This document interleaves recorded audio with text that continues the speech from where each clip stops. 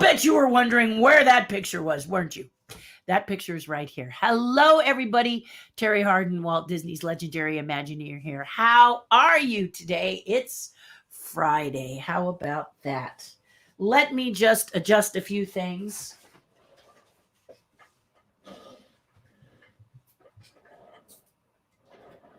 And the reason I have to adjust a few things is because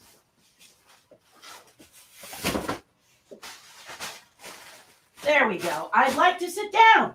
Yes, indeed. I'd like to take a load. I'd like to take a load off. Hi. How are you? If you're just joining us right now and I'm live, thank you. And if you're not and it's after my live broadcast, welcome, and please post in the comments if you're enjoying yourself, and subscribe if you wish to, and ring that little bell because then you're notified when I do this. But yeah, great to see you. It's been a week. It's been a crazy week.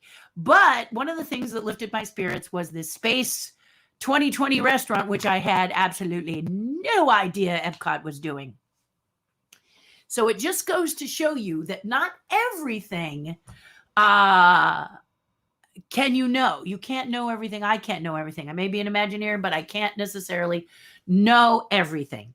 And this is my Ask Me Anything Friday.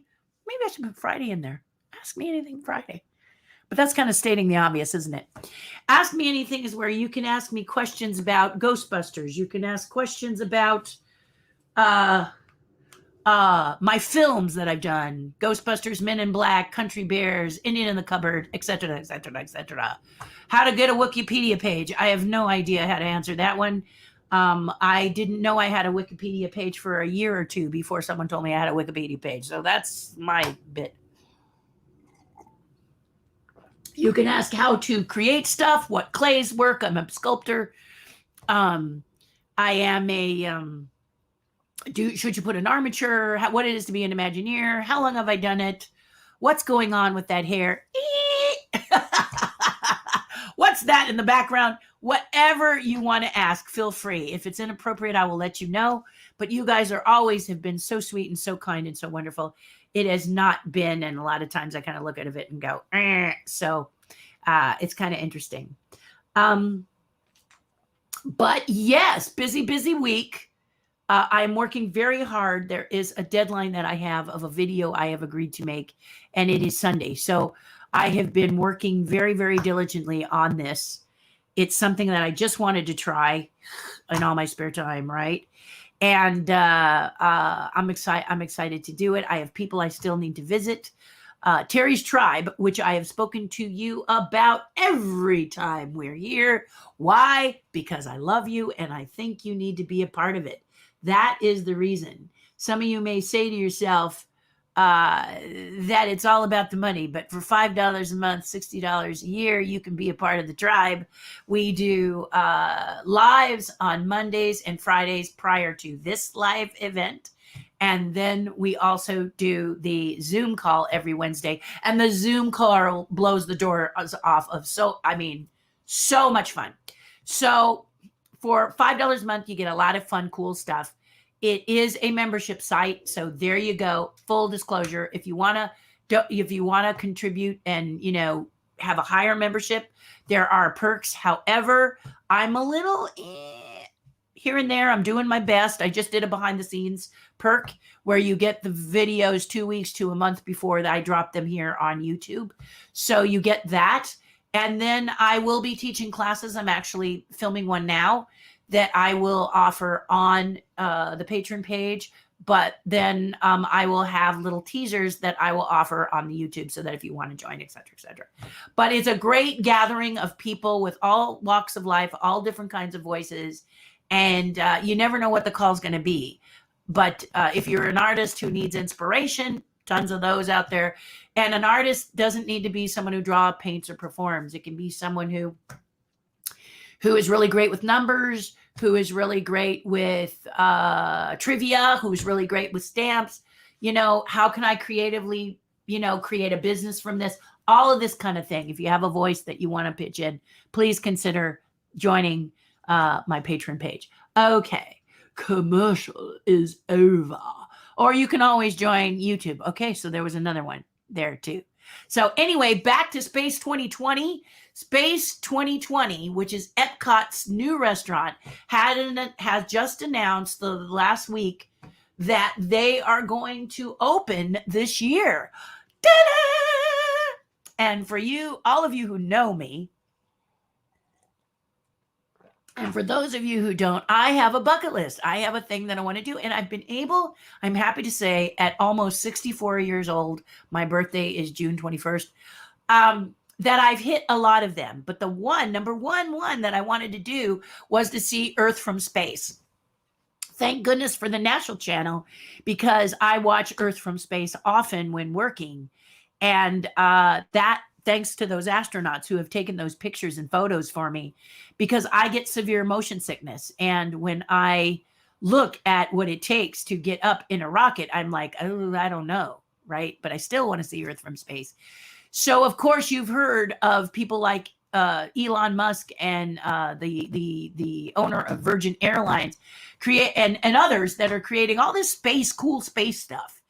And it only costs, a few $100,000 to go up and see Earth from space. And I don't necessarily rule that out. I'm saving my pennies now. But then I heard about this lovely restaurant at Epcot, and it really, really looks, if you saw the thumbnail, it really, really looks amazing and beautiful. So I don't have authorization for any of those pictures, so I won't be posting them here, but I will tell you to Google them, and they're just beautiful. It looks like you can eat at the restaurant, and an astronaut will be floating outside, or you'll see these great views of Earth, and you're near the giant ball, whatever that's called, in Epcot Center. Epcot's my favorite. And I'm really excited about this restaurant. I mean, I usually get excited. You remember I was talking about Avengers last week and how much I was excited about the food. Well, this one, I'm excited about the experience, because it'll feel like I am seeing Earth from space. Is it actually seeing Earth from space? Not well, but you will be seeing Earth from space. It just will be a virtual video vision of it.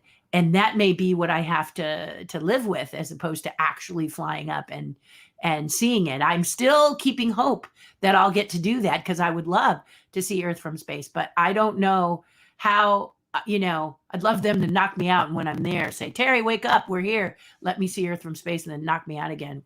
And then, of course, you've heard the story about another hotel that's supposed to be built like a space station in space. That would be really cool, too. But imagine the price tag on that puppy. So, investments all around. And I'm not a mega millionaire, but who knows? Could happen. And that will be right on my list to book a flight. There are, as many of you have told me, opportunities to enter a contest where I could possibly win a seat. And I look at those and consider those often. So they ask me anything, could be anything about space, anything about my art, my pins, my sculptures, my Disney, my Mattel, my Henson, my, there's such a list. Yeah, Google me. Because it's pretty crazy and amazing. Also, I want to say that this could be a shorter broadcast today, because y'all are getting busy. Y'all are getting out. I had this conversation. You notice that sometimes Tim Gillette shows up with us on this feed, and he was saying a couple of things about an idea he had. I'm not going to get into the idea right now. I will save that for later.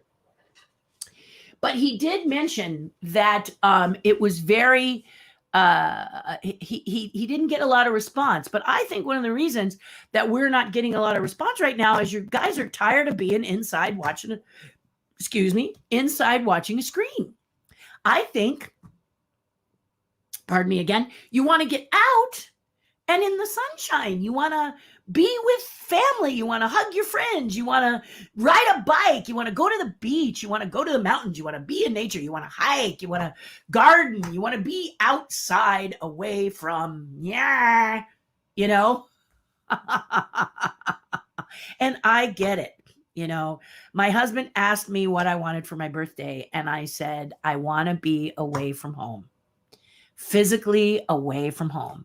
So this could be a shorter IMA. I will answer every question in the comments. And if it turns out to go long, I'm here for you. Okay. So any questions or comments you have, I'm here for you. But before we do that, I had promised you that I was going to announce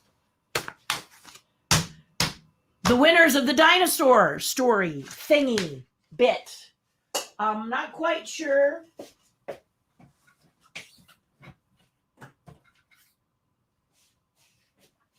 I'm just bringing the stuff up. I'm not quite sure who's going to win what, but I am going to announce the winners, and then you'll get something in the mail. Okay, so these were the prizes. Here, these are vintage. These are actually from the 90s when I did the show. So, and I did play Baby Sinclair, as you remember. So these are actual pieces from when I did the show. And I found this keychain that I got from Misha Sisti and his wife, Pamela. And I thought I would put this in the mix for one of you guys, okay? Also, I'm going to be finding more stuff. So, but I wanted to announce the names. And then this weekend, I will work to collect it. Like I said, we've got some great pins. You'll get a pin. Oh, that's not dinosaurs. How'd you get in there, Donald? But these are actual pins from there. And then we have a calendar. I think I have a puzzle, but there they are. So I'll find more stuff, and then you will be getting a little surprise package. And I will also work to post your names if I can. I'm not going to promise that I'll post your names because I'm not the best at that yet. Up until now, I've not been the best. But Bella of the UK, she's from my tribe. She wrote a lovely story about how much she loved dinosaurs. And she was very sad when it didn't premiere in the UK. But boy, it was the shot that was heard around the world once it premiered. She told a lovely story about dinosaurs. Tracy, who I know you as Tracy, yeah, baby, you've won something. Casey Law, you've won something. Arlene Miller, you've won something. And wait for it, Angie Floyd, you've won something as well. And Jessica DeRose, you have won something. So these were the stories. I have to say that one of my favorite stories in here was from Tracy, yeah, baby, because check this out, guys. Look at, I'm going to fold it back because, you know, she has privacy, but look at this story. I just got a kick at how the excitement was so massive. It was this giant story, and it wasn't, you didn't win by the word. So please don't think that. And you didn't win by the word, but what you did win was by the heartfelt stories. And I thought you should get something as simple as somebody, one of you, I'm trying to remember, wrote like, I think it was, yes, it was Arlene Miller. She wrote 3 sentences. So it wasn't mass. It was just heartfelt. And I thank you. And I hope that your story got in. I got about a dozen stories, and you notice I named, how many people did I name? Let me look. I named 6. So I picked half of you.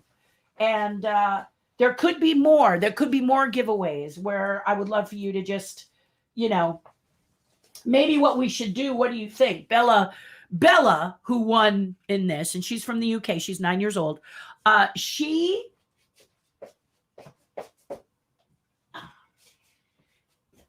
on our tribe, she tells us jokes. So maybe what we should do, you can start it now if you want, is to email me or message me. Be sure to include your info so I can get to you. But congratulations to those people. What's the matter with me? Yay! Congratulations to the 6 winners. And send me your favorite joke. Clean. Okay? Because maybe I'll be able to tell them here. It would be nice to tell them. I won't read the stories because I did not ask permission. But send me a joke and I can ask permission of that, and we'll have some nice prizes. We'll give you some nice prizes for a good joke. Okay. And I think what I'll do is maybe I'll read them to the tribe, and the tribe can pick the winners for this Ask Me Anything. So again, if you want to join Terry's tribe and be a part of that, but I think that's what I'll do. I think I'll jump over to the tribe and we'll pick our favorite jokes. But send me your favorite joke, clean, and we'll have some cool prizes. And hopefully next week I can show you what those cool prizes might be. Again, it's from cleaning my garage, so you never know what it is. And it can be weird. It may not necessarily be Disney. It could be more dinosaurs. I don't know, as I continue to clean more and more stuff. Also, let me know if you live in California, because if you do, it could be larger than if you live in the UK, unless you're willing to pay for postage. So you guys let me know, okay? But send me in a joke for starters, and myself and the tribe will vote. Tribe votes. I'm going to write this down. Tribe votes. Be a lot of fun. I love to hear jokes. It can be a long joke. It can be a short joke. I told I told Bella and the tribe the joke about the minister who has a horse, and a man comes to buy his horse, and he says, "Wow, what a beautiful horse." Insert beautiful horse here. Palomino, quarter horse, Arabian, whatever your favorite horse is, unicorn even. And the man says, "Oh, what a beautiful horse. Are you willing to sell it?" And the minister says, "Yes, but there's a couple of things that he does differently. He does not stop at the word whoa, and he does not go with the words giddy up. In order to get him to go, you say praise the Lord. And in order to get him to stop, you say amen."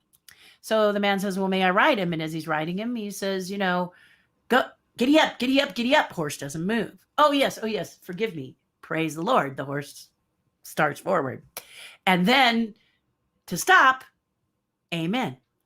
So the man says, "This is a beautiful horse. He rides very well. I'm going to buy him." And he buys him.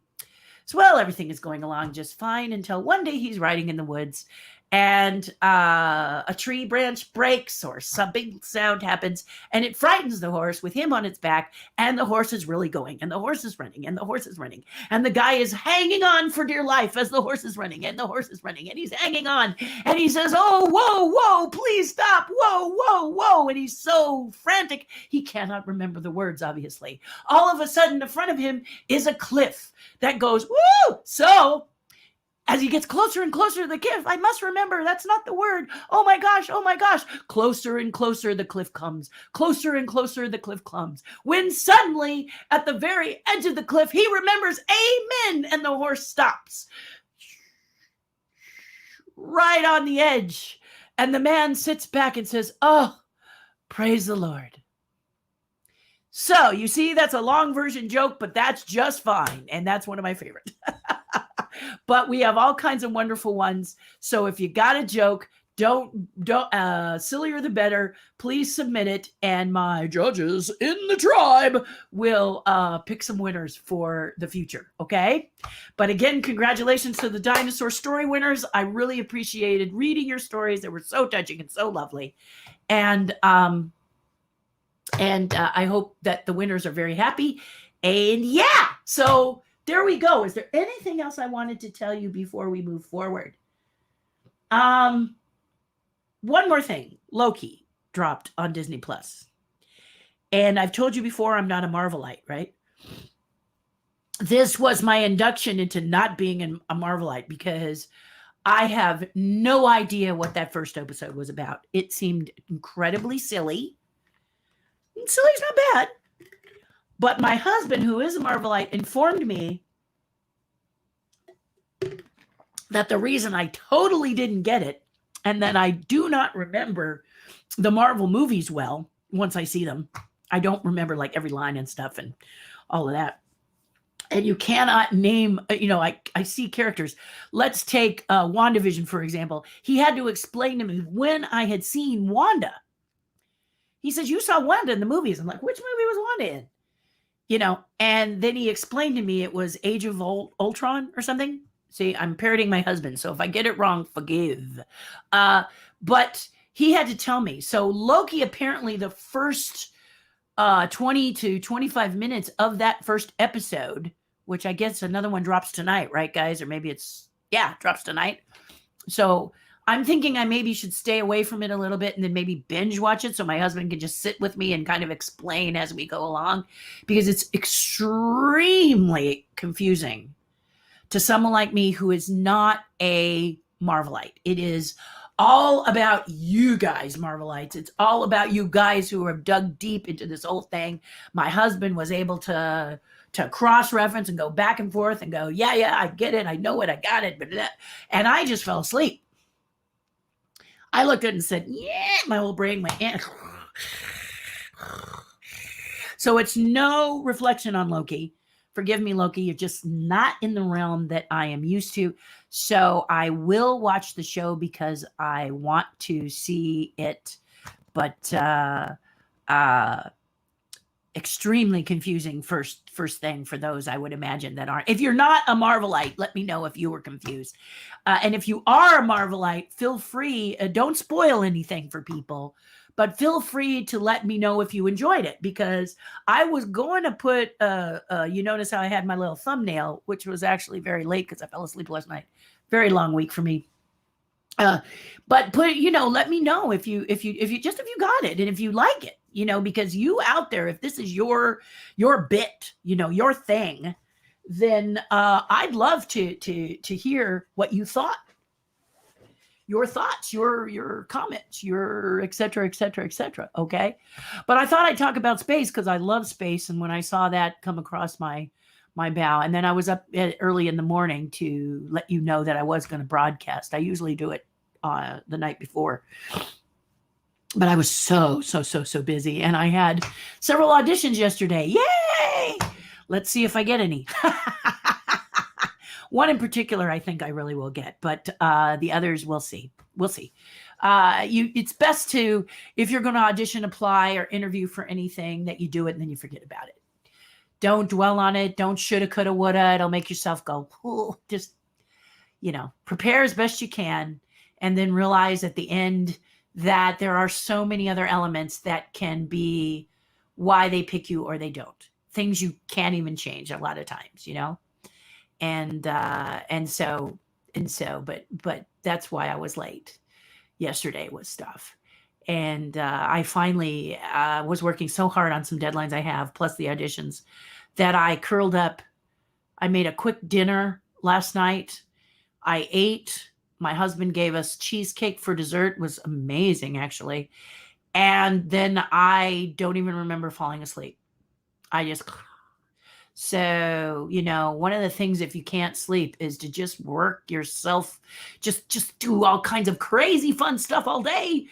Deadlines are not necessarily fun, but my work is fun. So the deadlines were, the hitchhiking ghosts I created are really keeping me on my toes. But it's all exciting. It's all fun. And my birthday's coming up, which got me really stoked. And we're going to get away for a few days, which really makes me excited. So if you need to go, I understand it. And let's get over to your questions and your comments. What? Nate, you're here? So Nate Singleton's in town, and we went to dinner. Him and his amazing husband, Kevin, we went to dinner on Wednesday, and we just brought the house down. It was really kind of fun. I didn't intentionally mean to do that, but it seems like we need to be a little more aware of the staff who are running these restaurants or own these restaurants, because they're so happy to have you. They don't want to close. And this happened in this sweet little restaurant. We looked up and they were standing against the wall. They were so sweet. They never came to us and said, we'd like to go home. It's been a long day. It was so precious. And I think they were just great to have someone in their restaurant. And we've all been vaccinated, and we took care of each other, and it was a lot of fun. And we're gonna probably get together again tonight. So Nate, so good to see you. Angie, hello. It's great to say, yeah, thank God it's Friday, yes? Woo, yeah. And Bob Bardine's here too. Thank you so much. Enjoy your weekend as well.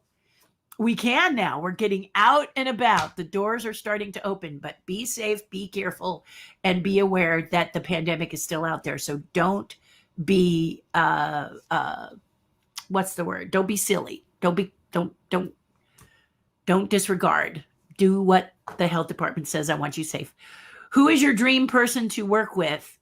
And on what project would you want to do with them? If I'm going to talk about in the future, what would I like to do in the future is I would like to have a show of my own. And I would like it to be upbeat, creative, and inspiring as opposed to nasty, aggressive, and mean. And I remember that many people say that if it doesn't create drama and catfighting, that a lot of networks aren't interesting and sweet and cute and fun and inspiring. There's got to be a little in there. So for my own show, will that happen? I just keep speaking that it will. Angie, my dream person to work with, there are so many. But I think, okay, number one would be Clint Eastwood. I'd love to do a sculpture for him based on a movie that I really love. But I'd like to meet him first and see if he would be interested because I would like to present that to him. I would like it to do it for him as kind of a thank you gift. I think it would be fun to hear. I would love to work with him as an actor because I hear that he is just one of the greatest directors and performers in the world. He treats everyone with kindness and generosity, but he has a lot of A-list performers, and I'm still what they call under 5. So it's not that I'm saying, oh, I'm not big enough, but the idea of him being aware of me is a little bit nil, but I keep speaking it because I think it would be fun. Creatively, if you're going back in time, I would have loved to finish the show that I did with Jim Henson years ago when we started, and I might still. Also, Walt Disney, I would have liked to work with Walt Disney. I've heard he's a real taskmaster and he's really tough, but I think he would have made me a better artist. I know Imagineering made me a better artist.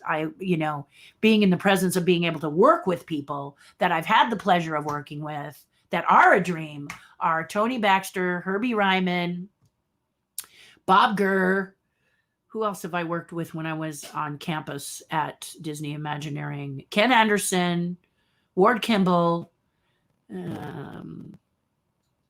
tons, just tons. I didn't really get to work with them, but I did get to meet several occasions.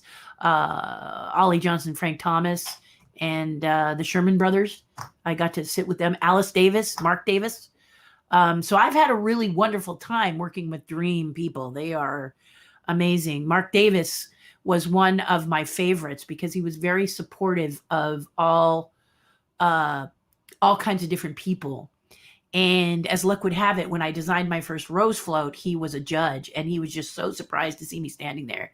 You designed this? And I was like, yeah, And he was very tickled about that. I said, I live in Burbank. I wanted to give back to my city. So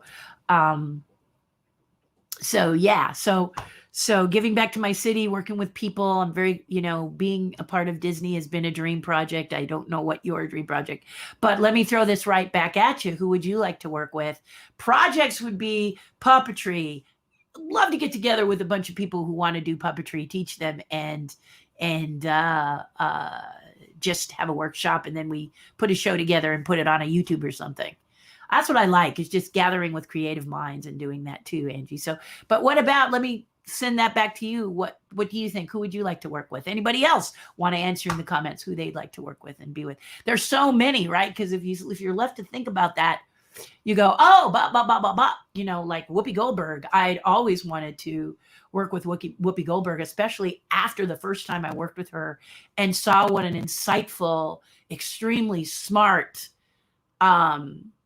deep individual she was. I was just so impressed with her when I met her and worked with her the first time that I just wanted to work with her again, and I still do.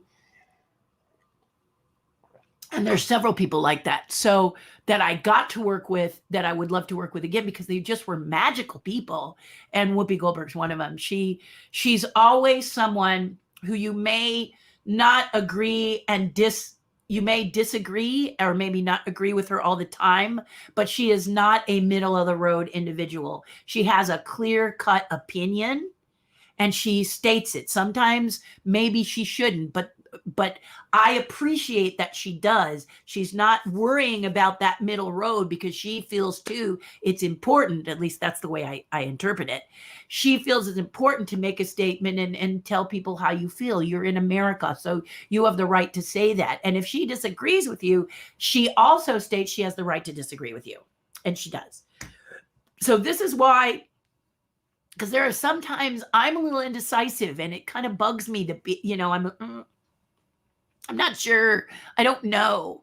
And so I really love having people like that around me that state what they feel and how they analyze it. And then I can kind of process it and say, that was interesting. That was an interesting turn, especially if I disagree. I love to hear the opposing views to see what it happens. And you're not always going to convince me. We can't please everybody, but I do love that. And I love that about her. And I love hearing her. She's not only a very funny person, she's a very talented person. And her life has paralleled mine in a couple of ways. Not her famous life, but her childhood is very much like mine in some ways. So that's how we kind of made the connection originally when we worked. And so I enjoyed that. So Angie, thank you for that question. I know it was a longer version, but I just love, thank you. How did you become involved with Disney and become an Imagineer? Long story, Bobby. How are your ghosts? Did you get them and do you love them? I think you told me you love them and you got them. Bobby was an adoptive parent of Illuminating Ghosts, and she's also an adoptive parent that actually got them. I think, right or no? You got the black light, and I don't know. But anyway, believe me, I may sound a little frazzled here, but I have it on a document, so but Bobby is an adoptive parent. So to answer that question about getting involved with Disney, when I was a little girl, age 4, I fell in love with the park, and it did not go away. When I was 16, my dad surprised me for my 16th birthday, and me and 6 friends got to go to Disneyland. He must have saved up for a year, but at the time, it was the most fun. I mean, it was the place I wanted to go with all my friends, and it was so fun. It was so delightful, and I've always loved Disney. Well, one day I saw an artist sitting on the other side, and they were sketching, or they were signing, and I thought, wow, it would be nice to be there. And then I was on the Jungle Cruise, and I was sketching the animals, because back in the day when I was on Jungle Cruise, remember, I'm about to be 64. Not apologizing, but I want you to remember where this is coming from. I could sit and ride the Jungle Cruise over and over and over and over again. Wouldn't that be fun? Yeah, it was fun. And I would sketch the animals that were on there. And a cast member told me about Blaine Gibson. And you've seen Blaine on my page because I'm so excited. That's when I first met him, that picture that you see of Blaine and me. My first time I ever met Blaine, long after.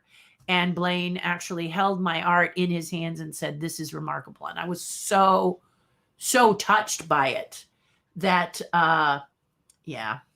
family member calling me right now. No matter how many times you tell a family member that you are on the air, they're still going to call you. Don't get angry. Just realize that they're still going to call you, and you're going to have to say, I'm just going to say right now, broadcasting, talk to you later. So thank you for allowing me to write my family member and to chat later, ?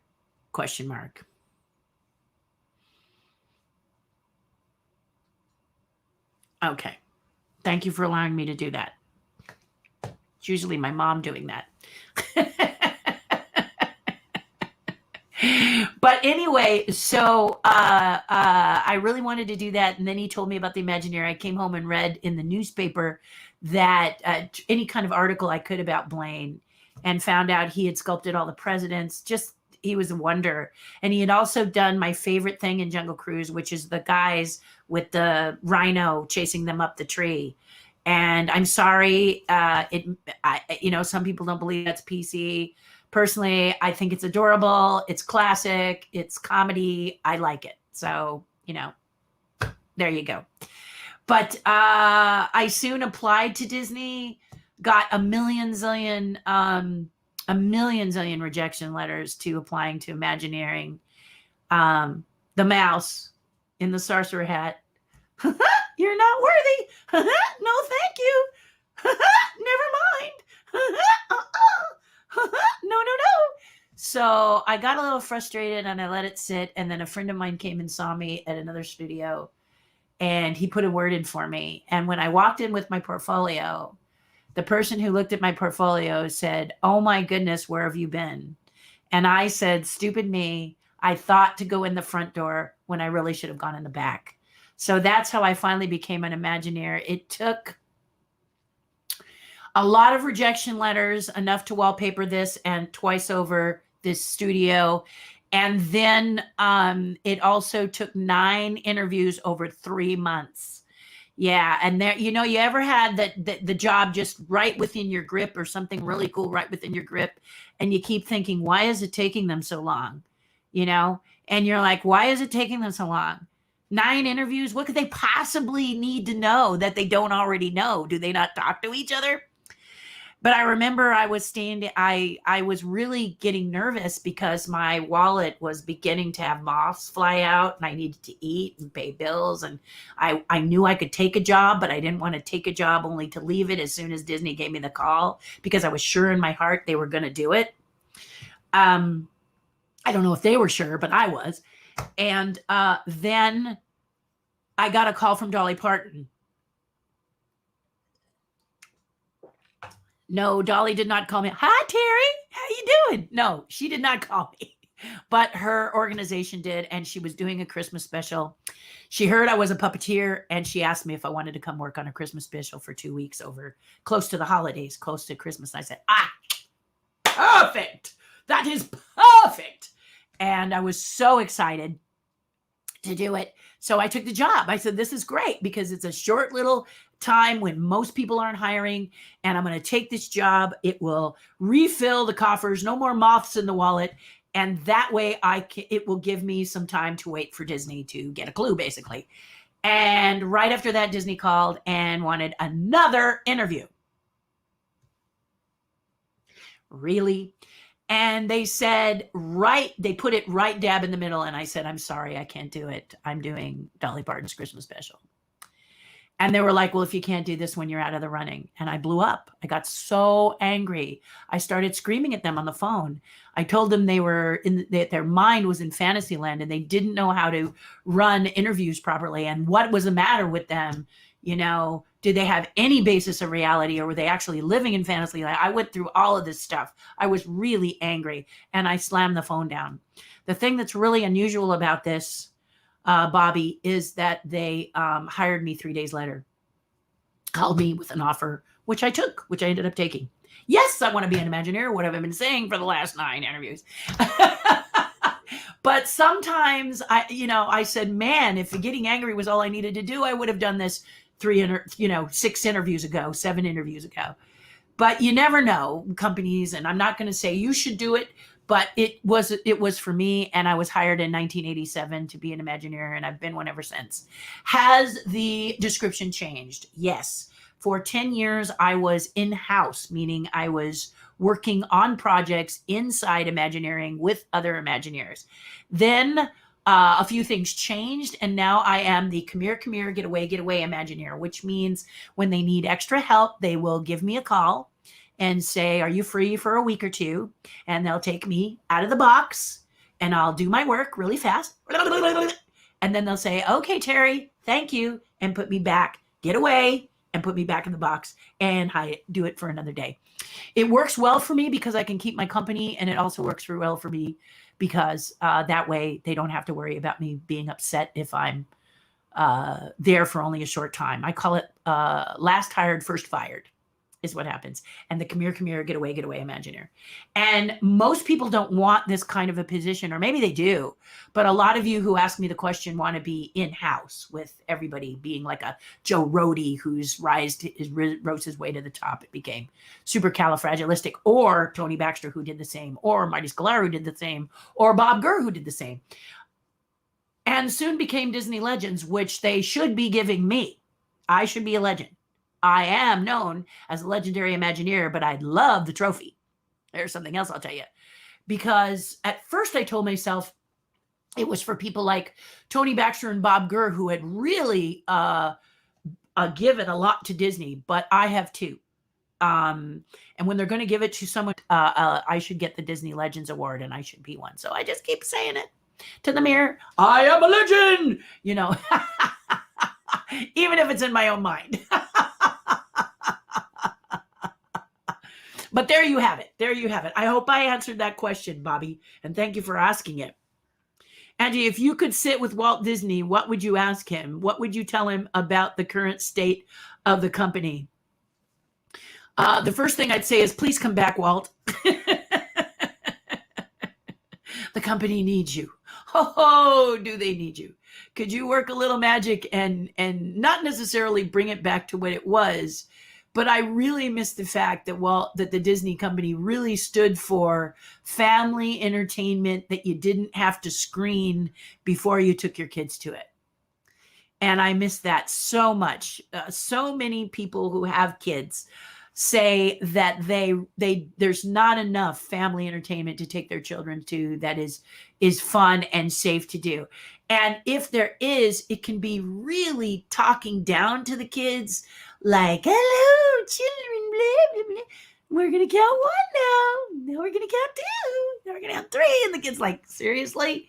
You know, Disney always had a great way of kind of straddling the fence and making sure that young kids knew the impact of their decisions, but also could enjoy it. So Bambi comes to mind, which is one of my favorite films, where it's wonderful for children to watch. As a young girl, I watched it. But the death of the mother was handled so well to help you understand that if you're going to be a hunter, there are consequences to being a hunter, that you could be killing you could be killing somebody's parents. And so, if you're going to hunt, it also brings to mind, if you're going to eat meat, that's going to be something that you need to understand your choices there too. And I eat meat. I am carnivore all the way. I'm sorry. But I eat a lot of fish. And I say if I'm willing to catch them and eat them, then I can do that. That's my opinion, okay? But I love fish. And so if I'm not really good at catching them, so the fish would win most of the time. But I do love fish, and that's the way I am. And chicken is another one. When I was a little kid, I was with my aunt and helped her to kill chickens. And if you've met chickens, it's not that you hurt little creatures that are, but as a kid, I was willing to do it, so I'm willing to eat it. And I think that's very important. I think that the market keeps you distance if you're a carnivore. And that's why I don't eat a lot of red meat, because I looked at many cows in the face and I couldn't imagine how to actually, take it from its little cowishness to my plate. And I know this is kind of a scary thing to be discussing, but what I'm saying is that Walt took these positions, these strong positions in films like Bambi, and he told it in such a way. And Dinosaurs does too. The show I was on, it also talks about the what your actions can possibly do. So I work very hard, because fish is my favorite, that I want to help the oceans stay clean and safe and happy. And I want the reefs to flourish for them, because the ocean is where a lot of my food comes from. And I have to make sure it's plentiful for all animals, because other animals live off it as well. And the circle of life needs to continue. So these smarmy things that are on for families, a lot of parents are like, really? So that's what I would say to Walt, is I would say, nowadays I'd say, Walt, come back, because there's so many people worrying about being PC in their attractions, like Splash Mountain, which I disagree with. I don't think it's racist at all. I think they took some characters and a sweet little song and made a fun attraction. So I'd have to say, Walt, what do you think about it? How would you address it? And how can you help Disneyland stay in the theme park genre and still be a beautiful experience like we've always had, and not worry too much about being PC, and also not getting too much what's the word? Like, for example, Starbucks is in their coffee now. Now, Walt did this because I think it was Bank of America's Small Kingdom or something before. Maybe it was GE before it was Bank. I don't remember. But they sponsored a ride. So Walt was aware of that. But he never, I don't think he made it, so strong that it wasn't in the front always. It was always in the back. Thank you to our sponsors, GE or Bank of America or something. But it wasn't everywhere, but it was in a few attractions. And now we're noticing that licensing tends to be encroaching a lot into the park. And I would say, how do you feel about that? And how would you deal with what we've got? Because people do like Marvel, and Marvel is a part of Disney company now. And we do like Star Wars, and it's part of Disney company now. So what would Walt do? That would be my biggest question, because I love the park and I love preserving some of the things of the park when I was a kid, and I'm not so keen on intermixing everything like a big bucket. I just think it could be done differently, and I'd like to hear what Walt had to say about it. So, Angie, I hope that answers your question, because current state of the company, I think, is kind of a mess, and they're trying. I mean, I think he would love Disney Plus. I think he would think that was brilliant, but I don't know if some of the other changes that the company has done would sit well with him. And I would really like to know, what do you think you would do to change it? For one thing, I've always felt like the company doesn't want the Walt in Walt Disney. They do Disney now instead of the Walt Disney a lot. And that kind of bugs me. And I remember Roy Disney saying before he died that thank God they got the family museum done up in San Francisco, because it's very hard not to realize that Walt was at the core of the Disney company, because you go to the museum and you get all the history. So to Roy, I love you. And he was another good friend for a long time. So all the way up until the day he passed. So that's what I would say to Walt. I'd say, what do you think? And how can we be of service to help you get it, how can you do what the company wants to do and still keep the Disney magic? It would be the big one for me. Thank you. That's a great and very deep question, Angie. Good morning again. Hello, Deanna. Speaking of space things, will you stay at the new Star Wars hotel? You betcha. Now, the question is, Angie, can I get in?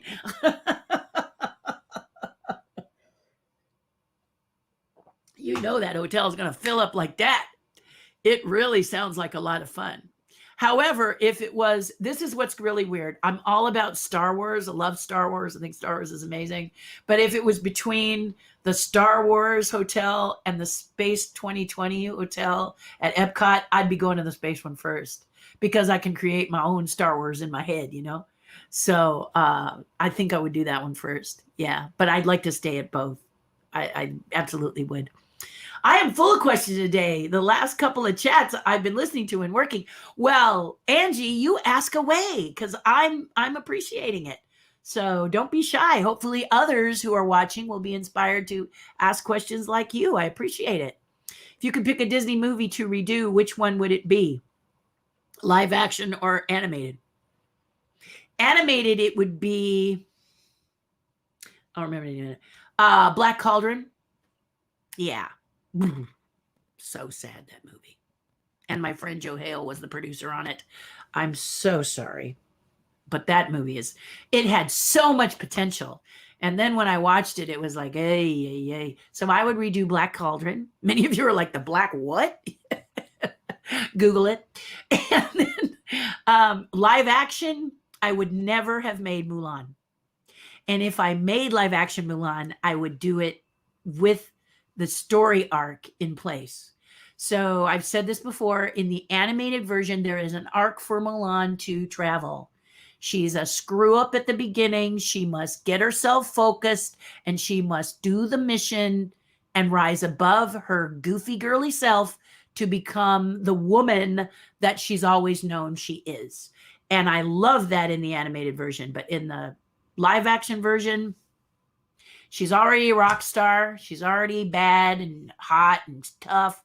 And I just don't see why men would follow her because there's no growth. I see absolutely no growth in the live action Mulan. The actress was lovely, fun to look at, beautiful clothes, nice costumes, but the movie was meh, really a big meh. So yeah, I would either not make that movie ever, or I would make it, I'd watch the animated one and create the arc. Because it's fun to watch live actions if you do arc with a little flair. I always am talking about Kenneth Branagh's Cinderella. It's brilliant. It's absolutely brilliant. The girl is lovely. She's sweet. She's pretty. The costumes are amazing. But what's really interesting is how they take the story and make it their own. Joyful, fun, fanciful. I mean, who doesn't love a lizard coachman that sits and reminds her about the stroke of midnight and then licks his eyeball? It's hilarious. You know, horses changing from mice into horses, and they keep the big ears until the last moment. This stuff is so clever and so fun.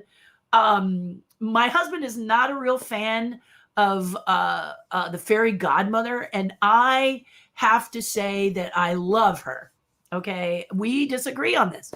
I like her as the fairy godmother, and there's a sequence where she is there, she's not, and then she's there, which is magical. I don't want to spoil it for you if you haven't seen it, but go back and watch it. It's unbelievable. It's got all the facets together that really work. That movie really works. And you've got the gorgeous, cute, sweet little actress. You've got everything about it works, in my opinion. And so that's what you need to do if you're going to do a live action, is actually watch the animated ones and say, how can I do this so that it plays alongside while it's animated? I love watching the animated Cinderella, then the Leslie Ann Warren Cinderella, Rodgers and Hammerstein, and then the Kenneth Branagh Cinderella. I love all of them. And that is a beautiful arc, and I'm more than happy for you to do that. If you watch the movie, consider the story, not the effects. The effects do not make story. They enhance and help, hopefully, but they do not create a story. And so you have all these great effects, but the story is, then why even do it? You know, Maleficent had stunning effects, but what a horrible movie. And the problem is, I can't unsee that movie. Really hurt me. Angela Jolie is Maleficent, and she is stunning. And the sequence where she meets the queen is amazing. But the three fairies as idiots, that was not a good choice. And the cutting off of her wings looks like rape. So I'm sorry. No, that should not have been in a Disney film. And that is exactly what I'm talking about. So absolutely not. Right down to the poor prince writing on camera and saying, hello, he has nothing to do. He's nothing. Because someone watched Wicked and thought that it would make making Maleficent a good person, which is also, bleh. Sorry, the movie was just a big miss. So if I was going to make it over, I would have taken the villain, developed the villain, especially when you have someone that looks so good as Maleficent, Angela Jolie, and made her, I think I would have delved more into not what made her a villain, because she's such a good villain, but what is the next, what something deeper, something stronger, something, what did she do as a young person besides, be abused and she became a villain? Some people just want to be a villain.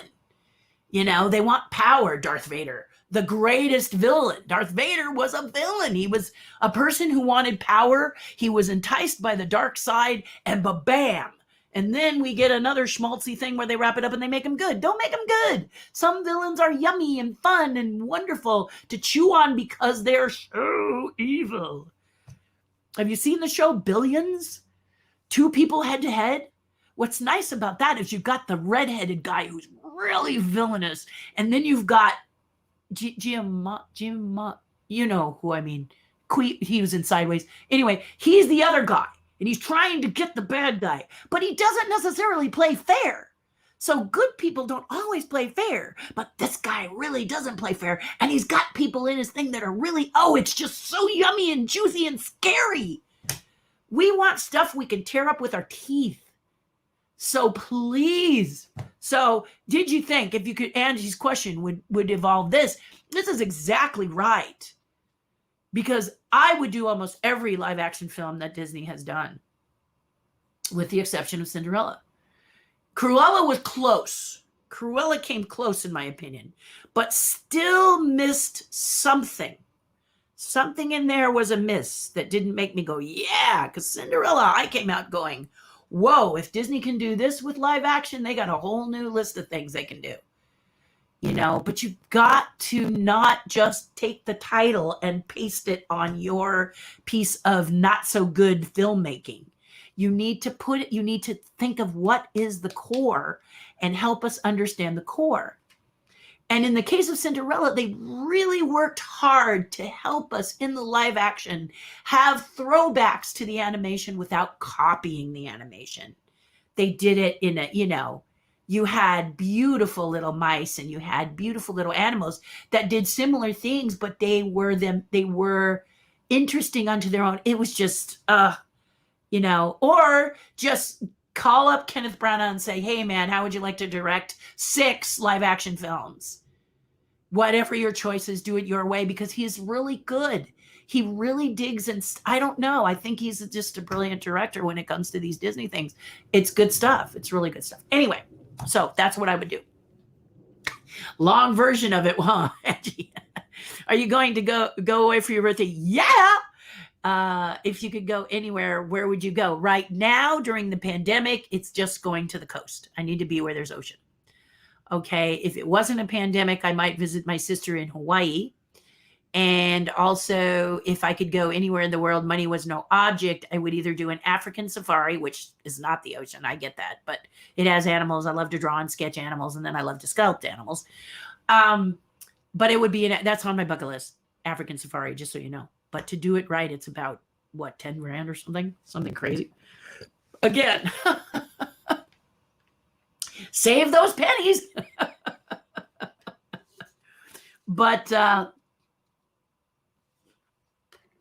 depending on my state of mind when I want to go, I always need to go to the ocean. The ocean replenishes my my aura, my zen. It's my zen spot, is the ocean. I love listening to the waves, and I love to just stare out, and I will sit. I went and visited my sister. My sister had a place that looked out at the ocean. And before the pandemic, I went there, and she had to work. She said, you know, I have to work. I can't entertain you. You really don't, when I come into town, have to entertain me. But find me a spot and let me sit. And then we have a coffee or a tea and we chat.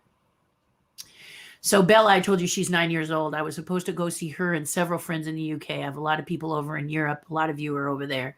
And I was going to go see you in 2020 when my trips were canceled like everybody else's.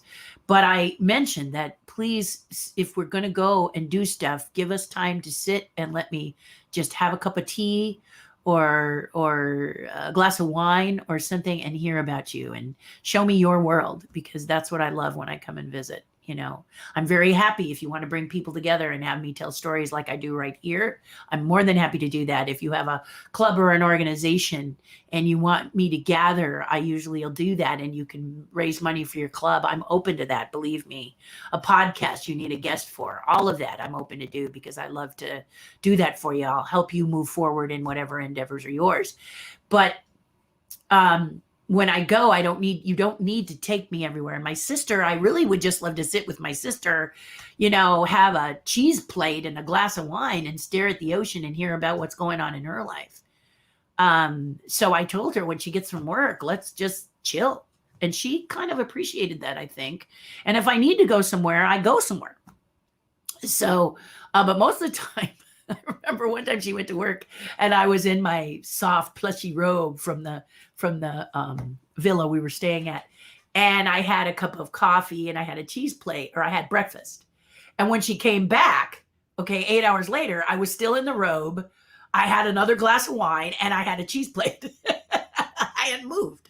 I was like watching people, sketching a little bit, looking. I just listened to the ocean and decompress. It's the place for decompression.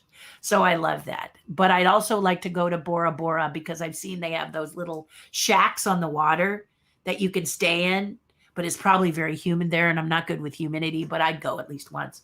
Or Fiji. I hear Fiji's really awesome too. But again, probably humidity is a deal, and I'm with humidity. But I'd love anywhere where there's ocean. I love it. I love it. I love it. Anywhere I can get to the beach is extra special. It's good that I live in California because it's kind of hard to get to the beach from Indiana. But Texas has it, but my challenge with places like Texas, and I have lots of friends in Texas, and the reason Texas is so wonderful is because y'all's there, but the state itself is a place that the water's just too warm. And I'm not used to it because I've grown up by the Pacific Ocean, so I expect that chill. And if the water's too warm, too much like bath water, I am concerned that you might have done something else in it. You know what I mean?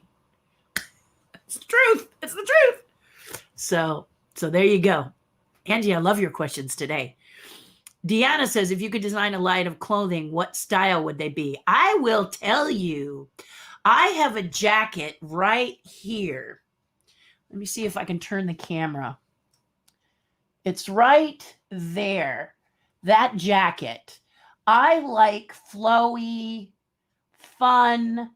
Let me just get back to where I was. Fun illustrated clothing.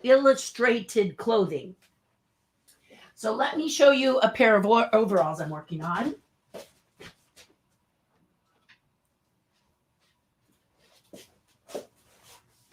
It's a great question, Deanna.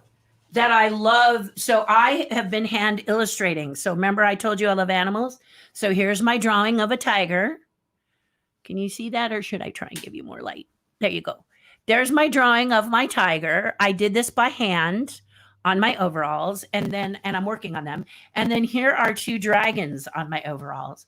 So eek, eek, anything that's white is in jeopardy.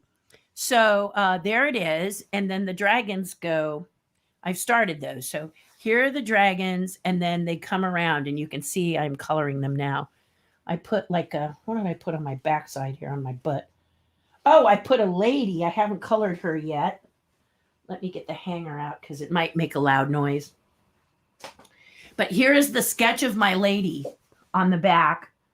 So, maybe it's not the best to be. These are kind of big. So I don't necessarily sit on her face, which would be terrible, wouldn't it? But anyway, she's an angel and it's an art. So the whole pair of pants will be illustrated. I've done these kind of clothing. So to answer your question, that jacket that I was showing you, let me just go that direction where you see the fly swatter now there. That jacket is kind of a loose hanging, pretty jacket. And it's going to be all illustrated. I'm thinking of doing a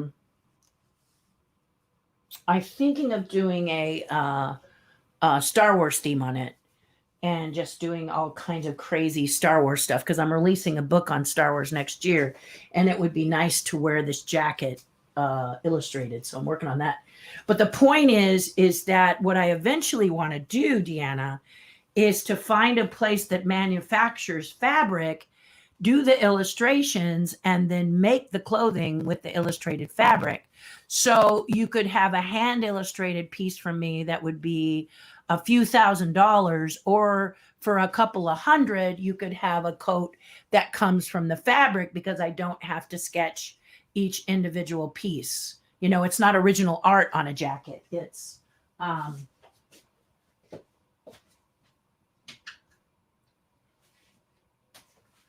not original art on the jacket. It's the printed fabric, like Disney does. But I haven't found a company. Many people suggest Spoonflower. Have you ever seen Spoonflower? They're very good, but their blacks aren't dark enough. And I actually had a conversation with the company and said, is there any way you can get deeper blacks? Because I love how easy it is to create fabric from Spoonflower. You should check them out. They are amazing. You can sell your fabrics, but if your fabrics are licensed characters, they won't do that. They won't allow you to sell them on there. But you can have them for yourself and make them for yourself, and they'll print it up for you. Sometimes it's kind of a push me, pull you kind of thing, but sometimes they'll do that. But the point is, the reality of it is that their blacks just aren't dark enough. They're kind of like a deep, deep, deep, deep gray.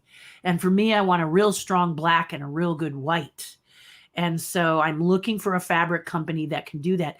And I watch Project Runway for years where they did that and they get their fabric printed up and it's gorgeous and their blacks are deep. But I have been researching like a crazy person and I still can't find where the textile companies that actually create that. But I'm still on the hunt. I still want to do that. And then I want to make clothes like that. And then, of course, you guys have seen my skull jacket. I wonder if I have a picture of me in my, I'm sure I do. Let me just open this up and I will show you.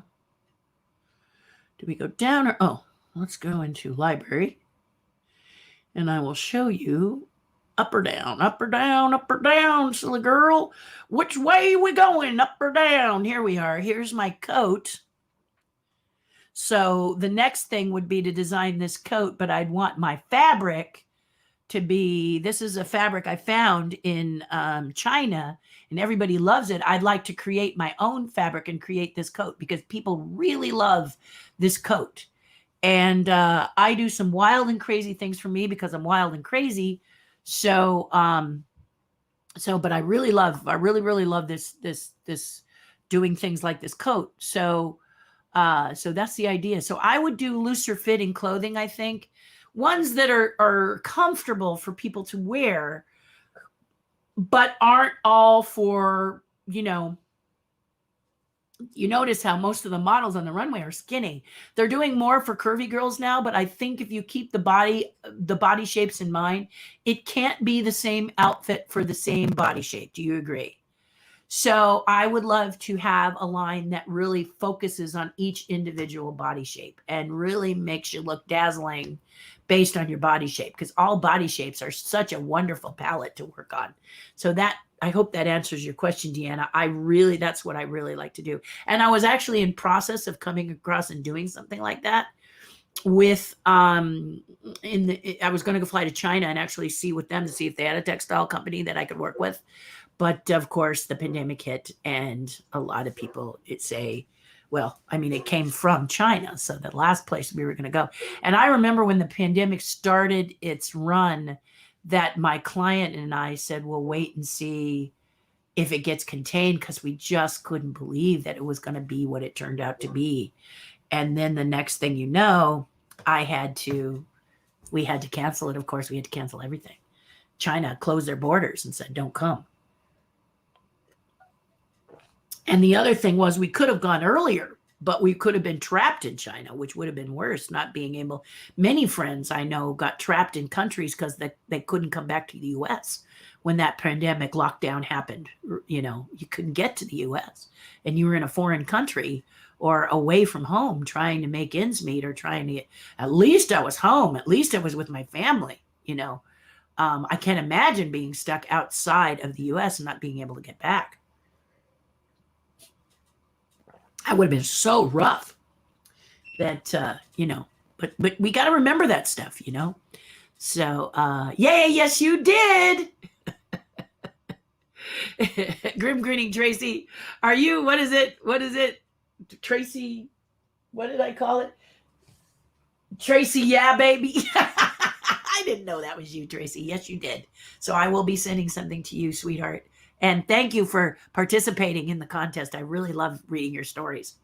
Woohoo! Congrats to all the winners. It's so nice of you. I don't know if it's so nice of me, but I'm just really happy to see you guys love dinosaurs and you want this stuff. It's so much better to get it out to you guys than to sell it on eBay. I'm not saying I don't sell on eBay. I haven't in a while, but I will be. I've got a couple things on eBay I want to sell. But number one, that's a lot of work, and you don't necessarily know the motives of the person who's going to buy said thing. So it's not that the people are going to be bad people who buy on eBay. I buy on eBay, and I'm not bad, but you just never know. So I will be posting some things on eBay, but most of the stuff that, if I can, I will, I like to get it out to you and my tribe.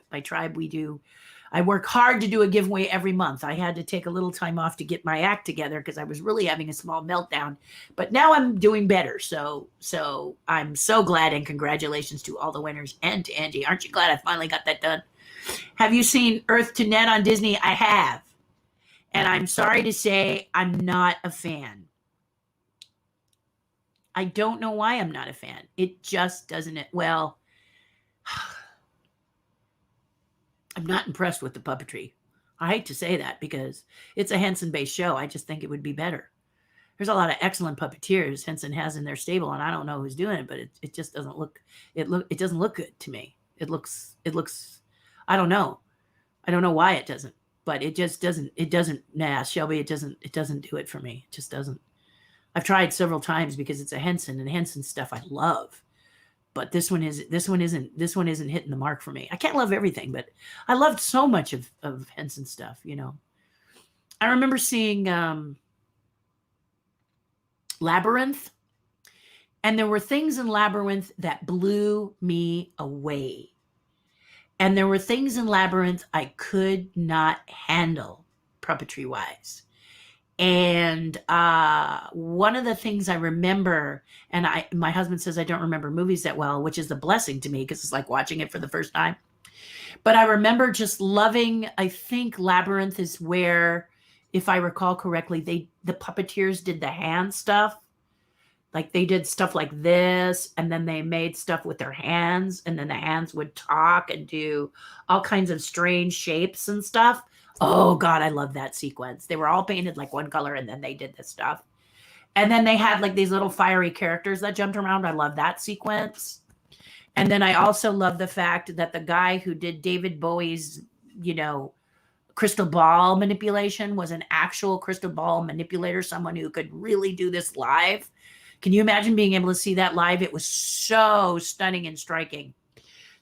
So there was a lot of stuff that I really, really enjoyed, but I didn't love the entire movie. This is what happens when it's your bit. You just go, you know, not that you could do it better.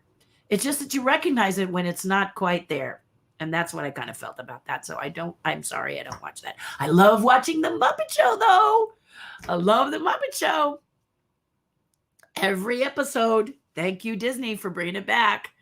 I do have some on video, you know, on DVD, but I love it seeing it on Disney Plus. So thank you. And also Dinosaurs. Thank you. Because those puppeteers are rock stars. They did a great job. And I love it, love it, love it. And so if you have a different opinion, I apologize for bursting that bubble, but it's just me. Morning, Judy. Hope you're having a nice day. Oh, Shelby, it's nice because you're here and everyone else is here. And I love that. Yeah, it's been a rough week. It's really been a crazy week, hard week. And I know I've been saying that over and over and over again, but I think one of the reasons that makes the week a little challenging is because the weather has been beautiful and you're getting that want to be outside bug, aren't you? You know? And I am chatting with you today, and I'm going to be here until all the questions are done. But a lot of you, you know, are you screen tired? I don't want to look at the screen anymore. I've been looking at it for a year. Ah! I totally get it. My job is to be here for all of you here, and we'll talk about that. But if you need to go out and get some air, be outside with people, if you could do that safely, go for it, man. Seriously, go for it. Because I happen to have a bit of work to do in here. So I chat with you and we, you know, and then after I sign off, I do my work inside my studio. So it's all good, man. Can you tell I like Better Call Saul? I'm a big Breaking Bad and Better Call Saul fan. Thank you so much, says Grim Grinning Tracy. Good morning to all. I just woke up from a dead sleep, still waking up. Aren't those dead sleeps wonderful? I know that I had one. Well, I've had a couple of really good dead sleeps because I've been working so hard to get everything done. You know, I kind of make a list. Okay, pay bills today, dinner, dog, da-da-da. Illustrate that, get this illustrated, get that started sculpting, get that going, get this. And then I saw something that blew me away that could work for the chessboard for Rolly Crumb's chess set that I really want to do. Got his email, wrote to him, still waiting. He might be busy too, but can't wait to hear from him and see what he thinks. It would be a special order, the chess set, because it's like it would cost some money too. Of course it would. I'm thinking, I don't think Rolly really minds the way I sell the pieces, just the way I create the pieces. So that's what I'm working on now, is doing that. But I'm very excited about it. And that on top of everything else, as you're going along and you're doing this and you're doing that, you're doing that, you're doing this. And I'm like, ah. And then all of a sudden something comes across my desk. Oh, that's perfect. You know, add that to the pile. It is what it is. So yeah, so it's exciting. It was great. I did a little sewing this week. I fixed one of my puppets, kind of made him more fit my hand better. And that was really fun to sit there and sew. I should make another puppet, maybe a companion for him. Not sure what I want to make, but I kind of have an idea what I want to make, but I got to wait till after these ghosts are done because, you know, wild and crazy. And, but I will. My own art is coming soon. My own art. Yeah. So yeah, quite excited. And thank you for joining us and congratulations. I am so excited for 220 to open. I love anything space related. Me too, me too, me too. And now we have, you know, the one thing good about the pandemic, one thing that really rose bad is NASA and Elon Musk coming together and creating some cool stuff. I just love watching it. You know, my husband goes, look, there's a Mars landing. Look, the Mars rover. Look, the helicopter's flying. Look, I mean, it's just great. Oh, by the way, look, Elon Musk shot off another rocket and it exploded. But look how cool the rocket looks, because it looks like Rocket Ship XM, like what I watched when I was a kid. And oh my gosh, that's really cool. And then there's a little spaceship and it happens to be called what? The Dragon. And it's on his next flight and his next flight and his next flight. And it's coming back, but it looks really cool. It looks super spacey. It looks like a Corvette version of the space shuttle. Everything about it is cool. The uniforms of the space, you know, the spacesuits are even cool. So all redesigned so that people look slick. It's amazing, isn't it, Tracy? It's just like suddenly NASA gets a facelift and it's really super cool stuff. So I'm like, wah! And one of the things I should do, that's such a good idea, Tracy, I just came up with, is I have all of these patches and I need to get them sewn on a jacket. So maybe that's what I'll do when I go to my trip for my birthday, because I can still visit with my husband, look at the ocean and lay out and sew patches on my jacket. That way I can, you know, because a lot of times when you're painting or you're sketching or something, you're so in that moment that it kind of excludes any person outside. And I didn't want to do that. But stitching patches on my jacket, I could sit and chat with my husband while we have, you know, rum and Dr. Pepper, or we have cheese plate and wine, and we sit for a while. But then if he's sleeping and I need to do something, I can go outside, order breakfast for him so he can have breakfast in bed, and then I can just work on this. And oh, that's a good idea. See how good you are, Tracy? You give me good ideas without even knowing it. Hello, Tamara. Hi from Knott's. How's Knott's doing? I actually recommended this to some of my friends because my friend Nate Singleton and his husband Kevin came over from back east to experience California. But as you know, we're not letting, Disneyland's not letting anybody who's not a California resident go to Disneyland, and they love Disney. So I was like, isn't your timing a little off? But he didn't seem to care. He came to see other things. So we suggested to him things like the Aquarium of the Pacific and Universal Studios and Knott's Berry Farm. Do not pass go. Get that boysenberry pie and that chicken dinner. And I think they did some of that stuff, and they've been having a really good time. And then there's more quiet things to do that are fun too. So I'm very excited. They seem to be very happy. They seem to be quite thrilled with their trip. They're really enjoying it. and that's good. But they go to downtown Disney all the time because that is open to everybody. So they've been to downtown Disney, and he says, I don't necessarily have to ride all the rides. I just like to see and be with Disney folks, and that's me too. So I was very touched by what he said, and excited that he's having a good time. But how is Knott's Berry Farm doing? Whoops.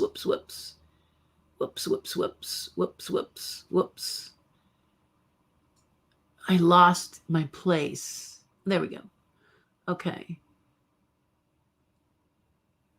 Let's see. I got to find my place, so just forgive me. Oh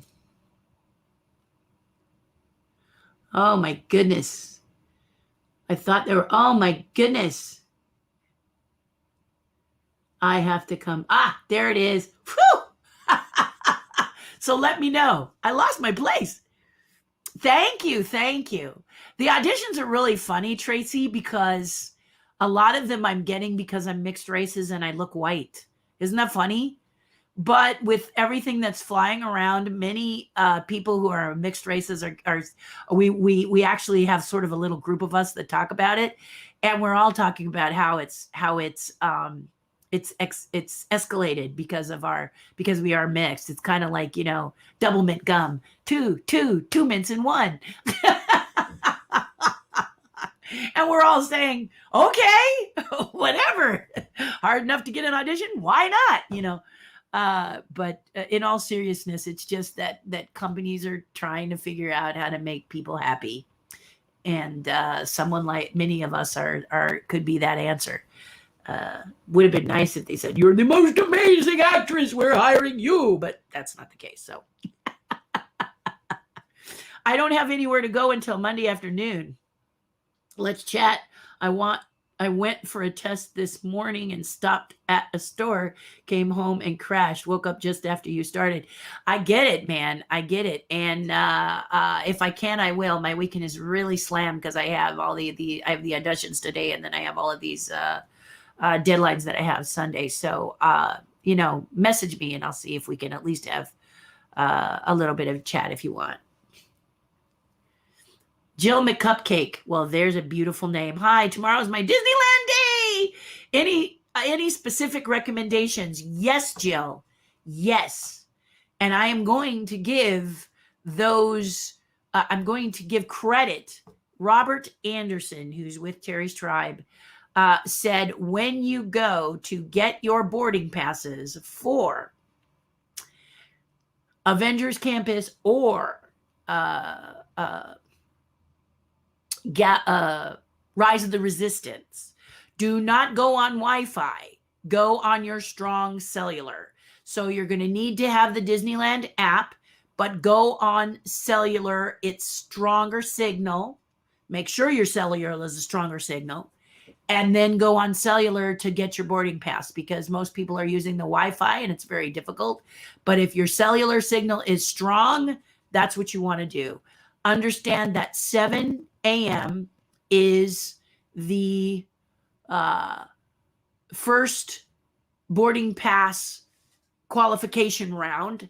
If you're going to California Adventure first, if you have double park hopping, then you want to go for the Avengers. And if you're in Disneyland, you want to go for Rise. Then you want to reverse that at noon, because that's when they open. They invite people from California Adventure to go over to Disneyland and people from Disneyland to go over to California Adventure. And that's noon to get the attraction of the park you are going to. Does that make sense? Also, parking. If you're someone who rides a scooter or has trouble walking, remember that the Mickey and Friends parking structure does not have a tram running as of today. Okay, we don't know when they're going to fire that up again. And so you're going to walk that path to get into the area to go to Disneyland. Also, it only opens about a half hour before park opening.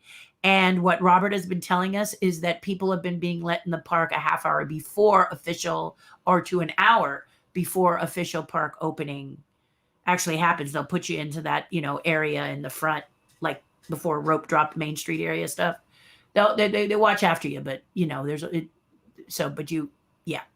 So that's something to think about. But if you're someone who can't walk that far, walking is an issue, wheelchair, cane, or whatever, scooter, you might consider going on the harbor side and looking at the Camelot Hotel. There is a place you can rent a scooter in front of the Camelot Hotel. And I've understood that the scooters run faster than the ones you can rent from the Disney parks.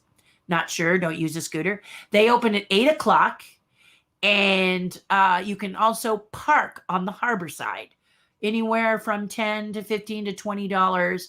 If you go to micechat.com, they have a words you can say. I don't remember them, but words you can say to get special parking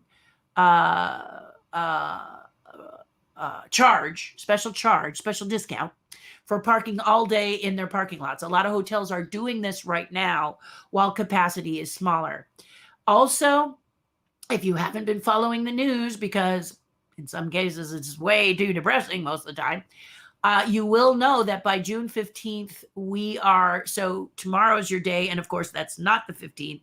That is the, 12th? So tomorrow, but the 12th is us working towards the 15th, which is when we are supposed to be opening the doors on a lot of things, because we are doing so well with our vaccinating and things here in the state of California.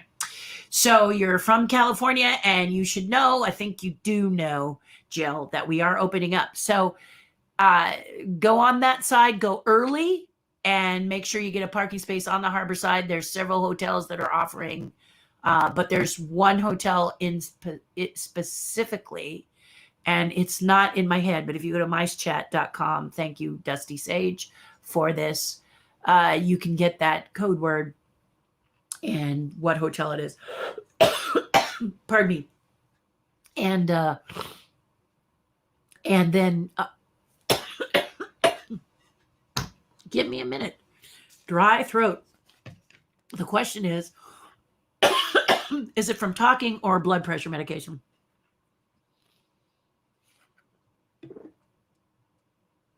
I would say it's the latter. So 2 minutes to just let the moisture get back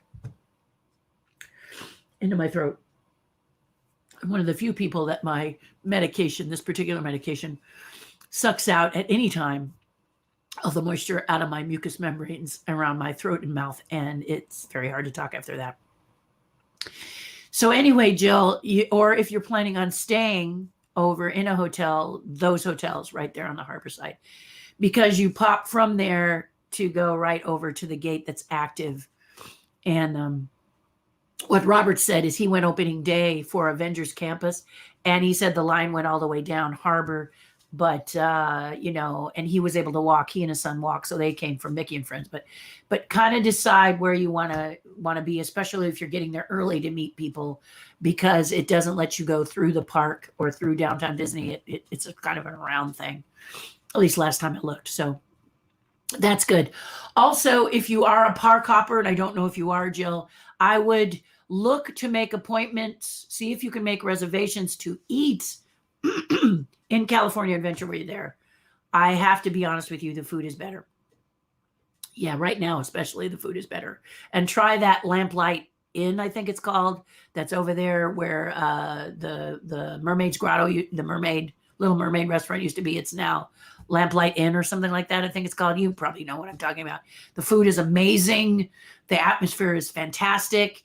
And it's just a great restaurant. I was taken there for the Touch of Disney, and oh my, it's wonderful. Understand that you have to make your reservations. Make sure all your tickets are bundled on the same phone and put them on all your friends' phones so that they can all be shooting for a boarding pass at the same time. This is what Robert says is important. And then you're going to have to order food. All of the food is ordered online. If you have a good, strong cell signal, again, turn the Wi-Fi off and use the cell signal. Robert said he nailed every single boarding pass and food that he wanted to have by doing this little trick. So thank you, Robert Anderson, for that. And I think that's it. And then bring back what you think you want to bring. And if anybody else has something to share with Jill, about their Disneyland experience and what they can do and what will be a quick and fun thing to do is please let her know. But those are mine. Those are mine. Jenny, good morning. And I don't know if you're still here because it took a little while to get to you in the question line. It's got people with lots of questions there, which is very wonderful. It's wonderful. Jenny, we need to have a chat because on Terry's Tribe, what I do is work real hard to find opportunities for people who want to make a living doing what they love. So if you do you've always wanted to do voiceover, or you've always wanted to do art, or you've always wanted, I look for opportunities for which you can do that. Not a lot, it's not every time we do that, but when I see something. And Janny, I want to say directly to you, I've found an international contest that I think you would be perfect for. And so many of the tribe will be great for, including me. But you may help me decipher it because I'm these rules are like, but I will talk about it. Okay. Don't let me forget. Good to see you. Jenny's an amazing artist. Do you have a fave Herb Ryman story? Also Sherman Brothers story. Yes. First of all, let me say this right. Yes. Herbie Ryman was responsible for keeping me an Imagineering. True story. So I was there 4 days and I found myself in a situation which made me very angry. And I said, I don't need this. I don't need to be treated this way. I'm leaving. And Herbie Ryman stopped me. He was my cowardly lion. He always smiled at you like this. You know how the cowardly lion is always going and smiling at you? Oh, that was Herbie. And when I first met him, he would sit on he was fascinated at some of the work that I was doing in the first 4 days, which is very sweet to have someone that amazing get amazed at you. I'm just going to say that right up. To have someone like Blaine Gibson hold your art in his hands and say, this is genius is beyond words. Bob Gurr called me a genius once, and I just thought that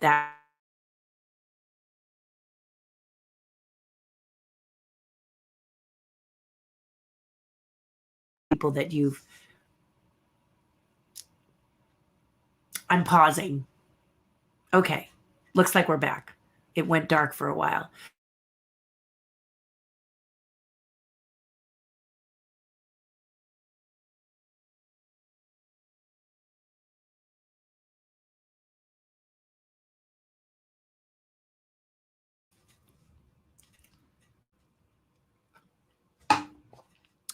Forgive the signal. I'm doing my best, but sometimes the signal is good. Sometimes, and I'm just noticing it's a bit windy outside. So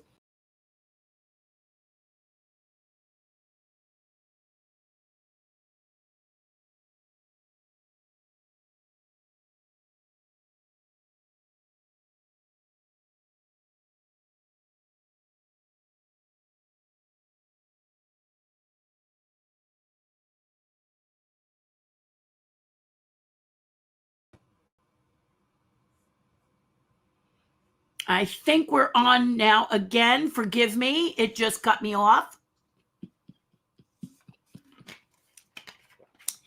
I think I'm still broadcasting. If I'm not, you can watch it later. I'm going to still talk because it is still happening. But it looks like with the wind that we might be. So I apologize for that. You really, if you're going to do this, should have a hard line to your internet. But my shop is out back, so it's very hard for it to be able to, I have to use the air above me. And my guys are all plugged in and everything. So hopefully we're still cool. But anyway, I was talking about Herbie Ryman, and Herbie Ryman sat me down and said I was a passionate soul and I loved Disney like it was a family member, much like you guys, and that it was my duty to not leave, that I would be remiss, that I would be doing a bad thing if I left. And having someone like that say, you're not going anywhere, girlfriend, was so I think that was one of my favorite stories. Him sitting next to me and then sharing stories of Walt was another really great thing. The Sherman Brothers were fascinating because we were at an event with the Disneyana family.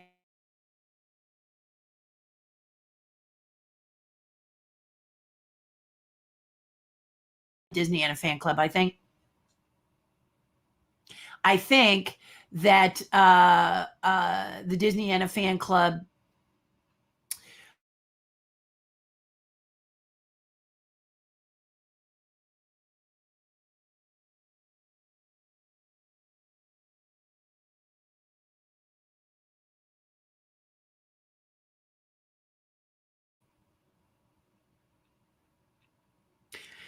Sorry, lost signal again. I apologize. It's going to require a little bit of patience because I'm going in and out, and I'm sure it's because it's windy outside. So I apologize for that. But Sherman Brothers were speaking too, and afterwards it was, think of this group of people, the Sherman Brothers, Alice Davis and myself, and then Michael Brogy and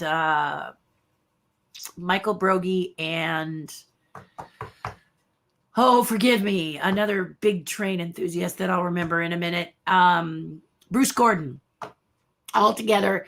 And we were having like a chat, just all of us standing around afterwards while people were packing up and stuff. We were standing around having these lovely chats about all things Disney. And I was doing a lot of listening. I know you find that surprising, but I was. And it was great. It was just great to sit and hear their stories and be in their presence. And then I was at Club 33 when one of the Sherman Brothers came up and he looked at me and said, "Terry." So it's nice to be remembered too. Not always going to happen, but that was really, really, really super nice. So that was great. Wow, you guys are really rocking the comments today. Angie says, "I love to sit down with Walt Disney. Not sure what we would work on, but I just would love to sit and chat." Yeah. If he could sit still enough to chat with you, because that was kind of a thing, as he was always in motion. So you probably would be walking and chatting, but the man was in motion. The mind was really working. I remember when I was working with Henry Selick, who did Nightmare Before Christmas with Tim Burton, that I wondered why he didn't look at me. And the reason is because his brain was always doing stuff. He was always working on the stop motion shots and stuff. It was fascinating. That brain is amazing. And I think Walt might be like that too. Like he would look at you, but then he might not look at you because all of a sudden an idea would go in his head and he would be like, okay, what is, you know what I mean? When someone is kind of like I did with Tracy, all of a sudden I'm like, I've got an idea for what I can take with me on my vacation. It would be fun, but he could be a little distracted, but it would be fun to walk and be with him. And he chats with you as he walks because he'd be showing you stuff. You'd be seeing a lot of cool stuff. So I agree with you, Angie. I think that would be great. I knew you love them. Yes. My brain, let's see. It meant more than I can have words for to get to meet X before he passed. But talking in depth with Richard Sherman and hearing his memories and kindness was immeasurable. Exactly. Yeah. X is another one. Okay. I think I mentioned, Tracy, that on the 20th anniversary of Pirates, I think a bunch of artists were brought in that was when I did the Pirates sculptures and things, that X sat on the Pirates of the Caribbean next to me and did all the voices that he had done for yeah, trippy. Wow, so trippy. It was great. It was great. Rockstar X. I'm with you on that one. Joseph, good morning. I've heard some rumors online about the possibility of George Lucas coming back to work on future Star Wars projects. I think that's as far as it goes. Joseph, it's a rumor. I don't know unless Disney invites him to come back. Do you think there's any truth to that? And what are your thoughts? Yeah, my husband and I are both going, It's true, I think, that George Lucas is wondering, what the heck are they doing with it? But I don't know if he'll be brought in to work on it. I don't know if they'll reach out to do that. It's kind of, I'm looking for the word in my head, which is why I did this quick little pause. But it's it would be kind of a nice little nut to bring George Lucas in as kind of a cameo thing or guest writer or something, and on his own stuff. That's kind of weird. But George did choose to sell it to Disney. And so I don't know how much George will actually be involved. But hopefully for George Lucas, and I reach out and say to this George, hopefully the people, those wonderful people that are giving you the Mandalorian give you some sort of warmth and peace that there are people out there that do your work justice. So you may have to take solace in that and may not be able to get your paws on it, but at least you'll smile more because Favreau and the team and Team Favreau are really doing some great stuff. And it's a joy to watch almost everything they produce, so thank you, Bobby. Did you get to meet Roy? Oh, yeah. Bow, bow.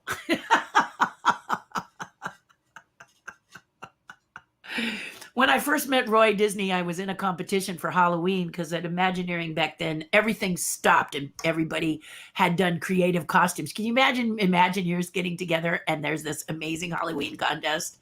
That is exactly what's in your brain. Like, wowza. And I did I don't know if I have the costume in here. Let me see if I can find it. I'm not sure if I can, but let me see if it's in here. Maybe it is. Where would I find it?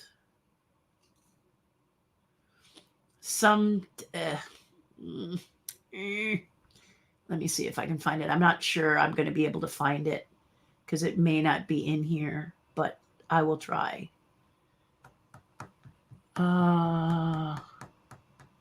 Was looking to see if my Whip Warrior was in here, but I'm not seeing her. Let's see if she's here.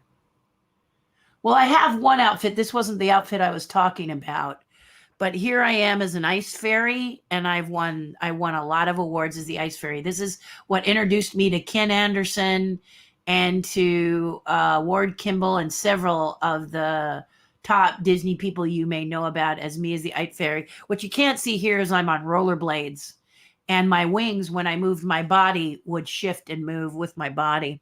But the one I wanted to show you was my Whip Warrior, and unfortunately, I don't see my Whip Warrior in here. So was hoping it was in here, but I don't see it in here. So, rat finkies is what I'm saying. I'm just looking to see if she's in here at all, and I can get to her quickly. Let me see. I don't think she's even in favorites, but I'll scan here real quickly and see if so Roy Disney and I were walking, and he loved the Whip Warrior. I had sculpted zebras on I had a breastplate, and it had zebras coming up that I had sculpted by hand. My skirt was really cool. I had a crossbow on my arm. My hair was in a white mohawk that went all the way down. And the helmet was a zebra. Okay. So Roy walked up. It was the first time we met, and he fell in absolute love with this outfit. And he started to ask me about it. He started to say, what's it made out of? How did you do that? I'm looking to see if I have it in here. I'd have to pull that up so you guys can see it. I'll show it to you next time. I cannot believe it's not in here. I'm looking. I see the ice fairies in here. My Wookiee's in here. Wow, she's not in here. Can't believe I don't have my Zebra Warrior in here. All right. Well, I will make sure that I show you that next time. I'll make a special note to show it to you. But anyway, the helmet, all of it was made out of a very light material, like my Hella hat. I think I've showed you guys. But I pulled it off and I threw it to Roy, and it floated. And when he caught it, he couldn't believe it. So that's how he opened it up and he looked at it and we talked about it. And that's how we became friends.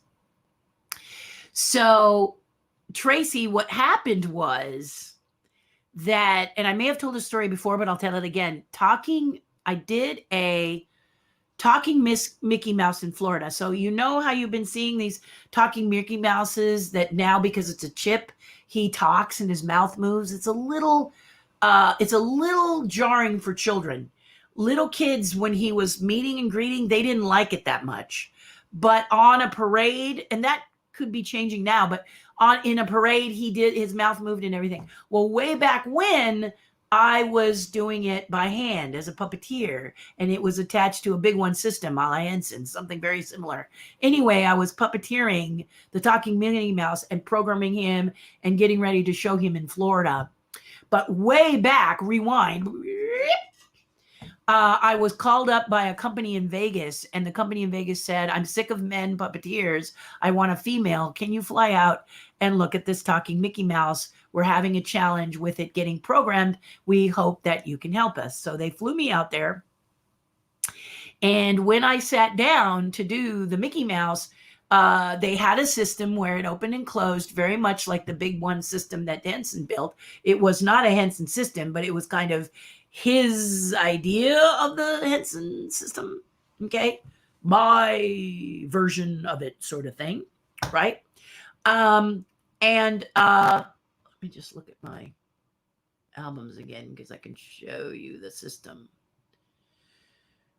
Let's try that. Do we have it here? We're looking. Yes, we do. Here it is. Okay, so this here is me at the system. So I don't know if you can see it very well, but my right hand has a talking thing that does this, and my left is a joystick that does this, okay? So the joystick you can attenuate expressions on, and this should be the mouth, like that. But when I went to Vegas and did this talking Mickey Mouse, when I did this, Mickey did this. And I thought, what the heck? And then when I used the joystick, he went, it was so weird. I mean, ugh. Pulled my hands out of it. And I said to him, I said, what the heck with this? And he said, what's the matter? And I said, I won't be able to help you at all if you don't switch these two components. This needs to do this. And this needs to do the face. Okay. And he said, that's a big ask. Do you really need it? I said, I really need it. Can you guarantee that you can operate this puppet and get it programmed? If we do that, I said, I can guarantee. If you don't, I might as well get back on the plane and go home, because I cannot help you.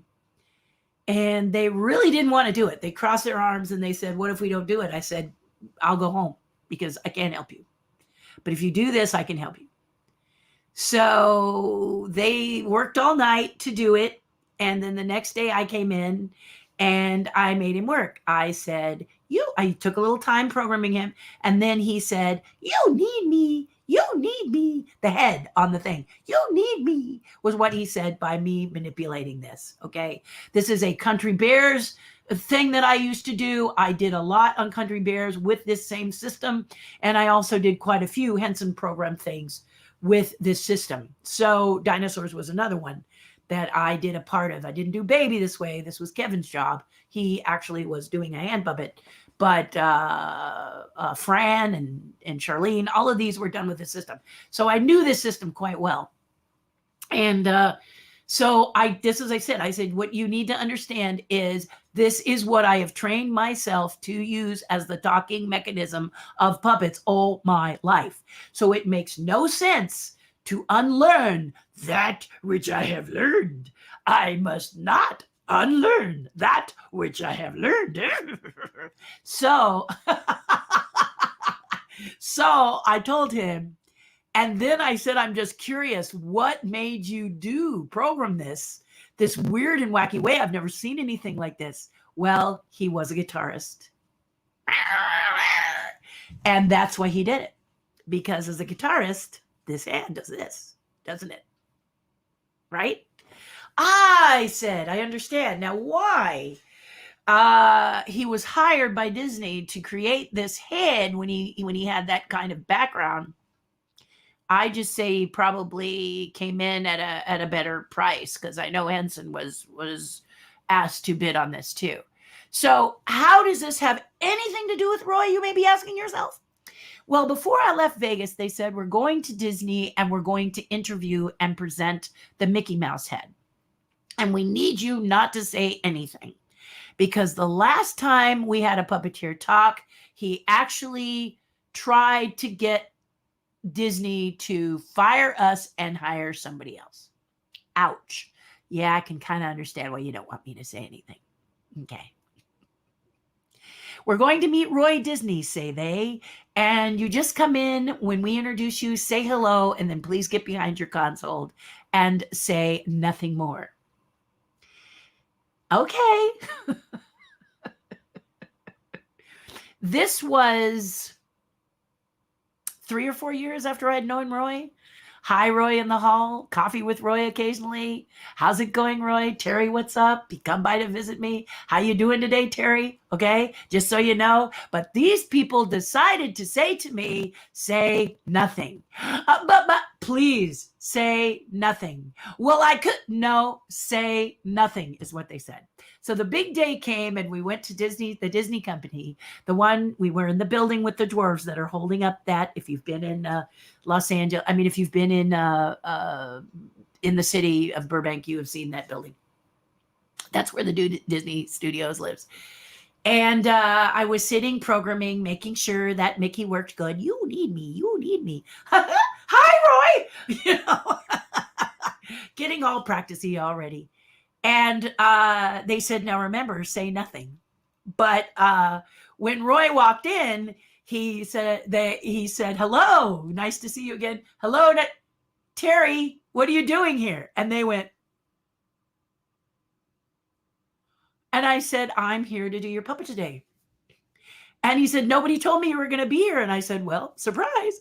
And he was like, my goodness, gives me a hug. How you doing? This is more exciting. This ought to be a good show. I said, it will. And you'll really enjoy what we have for you today. And I performed it. And that's what got us to Florida. But one of my favorite stories, because afterwards, Roy says, well, it's really good to see you. I'll see you later. And I said, yeah, we'll catch up later. And he walked out the door and they were just, and they said, why didn't you tell us you knew him? I said, you didn't ask. And that is the absolute truth about it. It was, I have to be honest with y'all here, it was more fun to see their faces than to push my agenda on them. They wanted me to be quiet.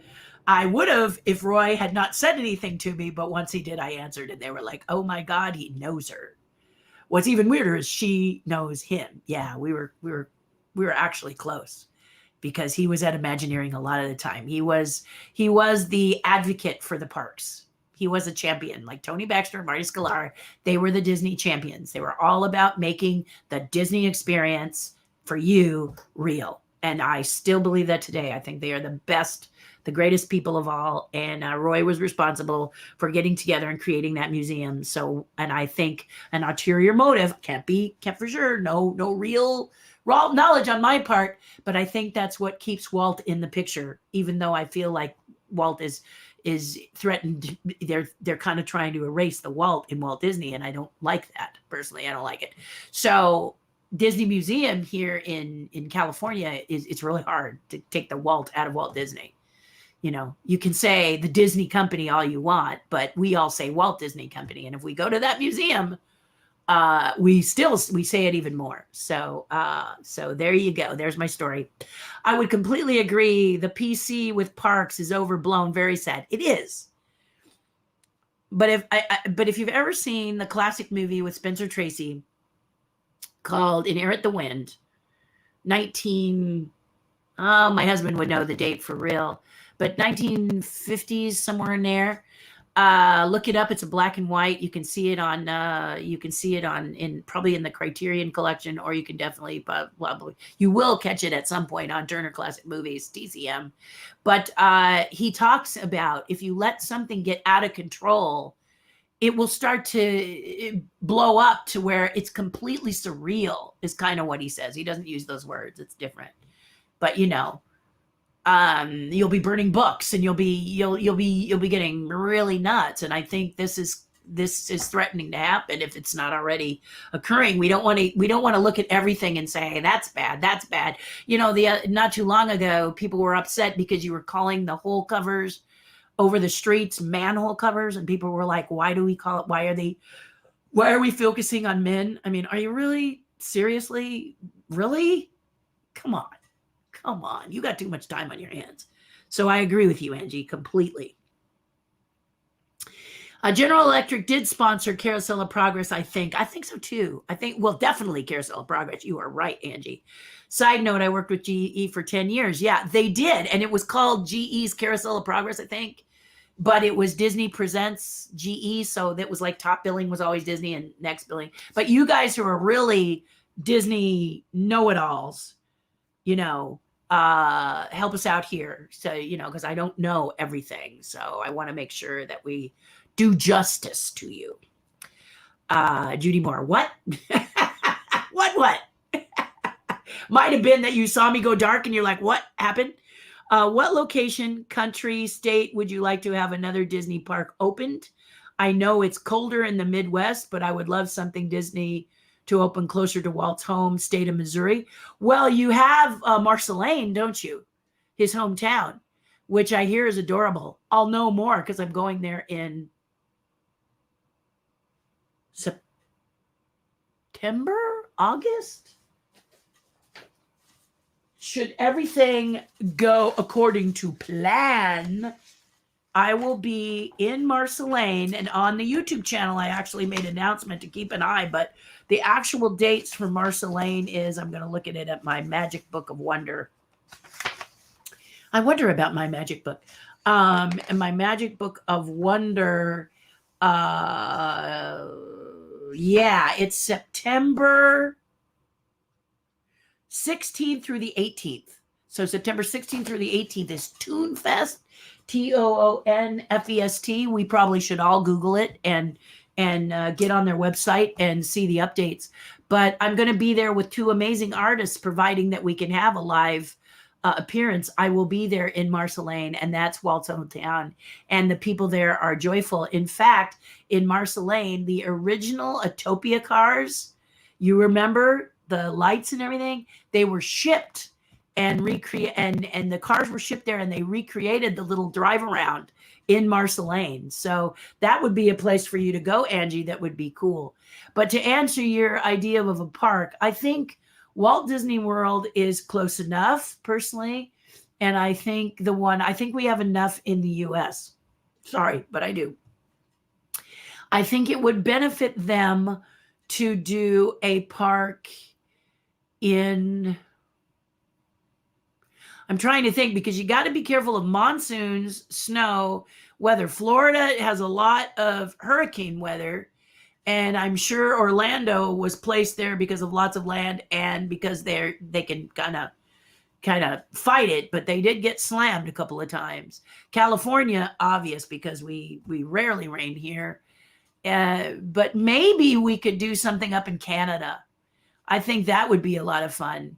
The Canadians have a very wonderful way of looking at life. And I think if you put it somewhere in Canada, not sure where, I think we should talk to Janny about that. But it'd be really fun to have. I think it'd be fun to have a park in Canada somewhere. Maybe around Vancouver, or, that area is really fun. I loved being over there. Lots of fish over there. So maybe that's why I'm thinking of that. But it's beautiful over there, and I think maybe that would be cool. We have it in China, and we have one in Japan, and we have one in Hong Kong. So that's kind of covered in that section of the world. Maybe, hard to say, because I almost said Australia, but Australia is responsible for 45 of the most venomous creatures, deadly venomous creatures on Earth live in Australia. So maybe not. Maybe New Zealand, could be cool. I've always wanted to see New Zealand, so I don't know that much about it, but I've heard New Zealand is very beautiful. Home of the kiwi bird, right? So that could be cool. Some places like that. That's kind of what I'm thinking. Or do we go down a little bit and do we explore places like Italy and, or the UK? That could be very interesting too.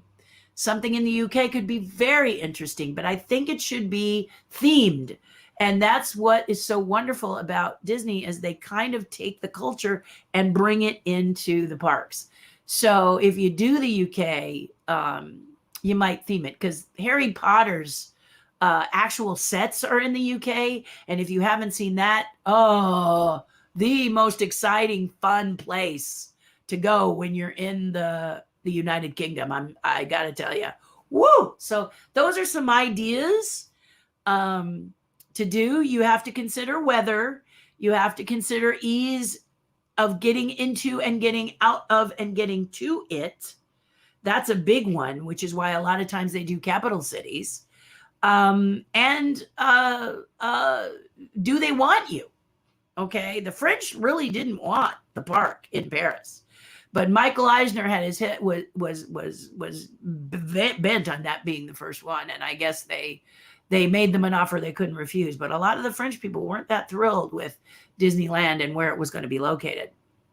So I love it. I'm glad it's there. I think it's beautiful and was very happy to be a part of it. But that is one of the reasons that Disney felt they really ought to blow the doors off that park. A, it was the first one out of the United States. B, it had to rival France. And France has got some killer things that are real. So like castles. They are the castle capital of the world, in my opinion. And so you want to make sure. Whoops, am I causing problems here, guys? Okay, good. Castle capital of the world, and you just don't want, to not pay tribute to that. So yeah, so I hope that answers it. But yeah, it is.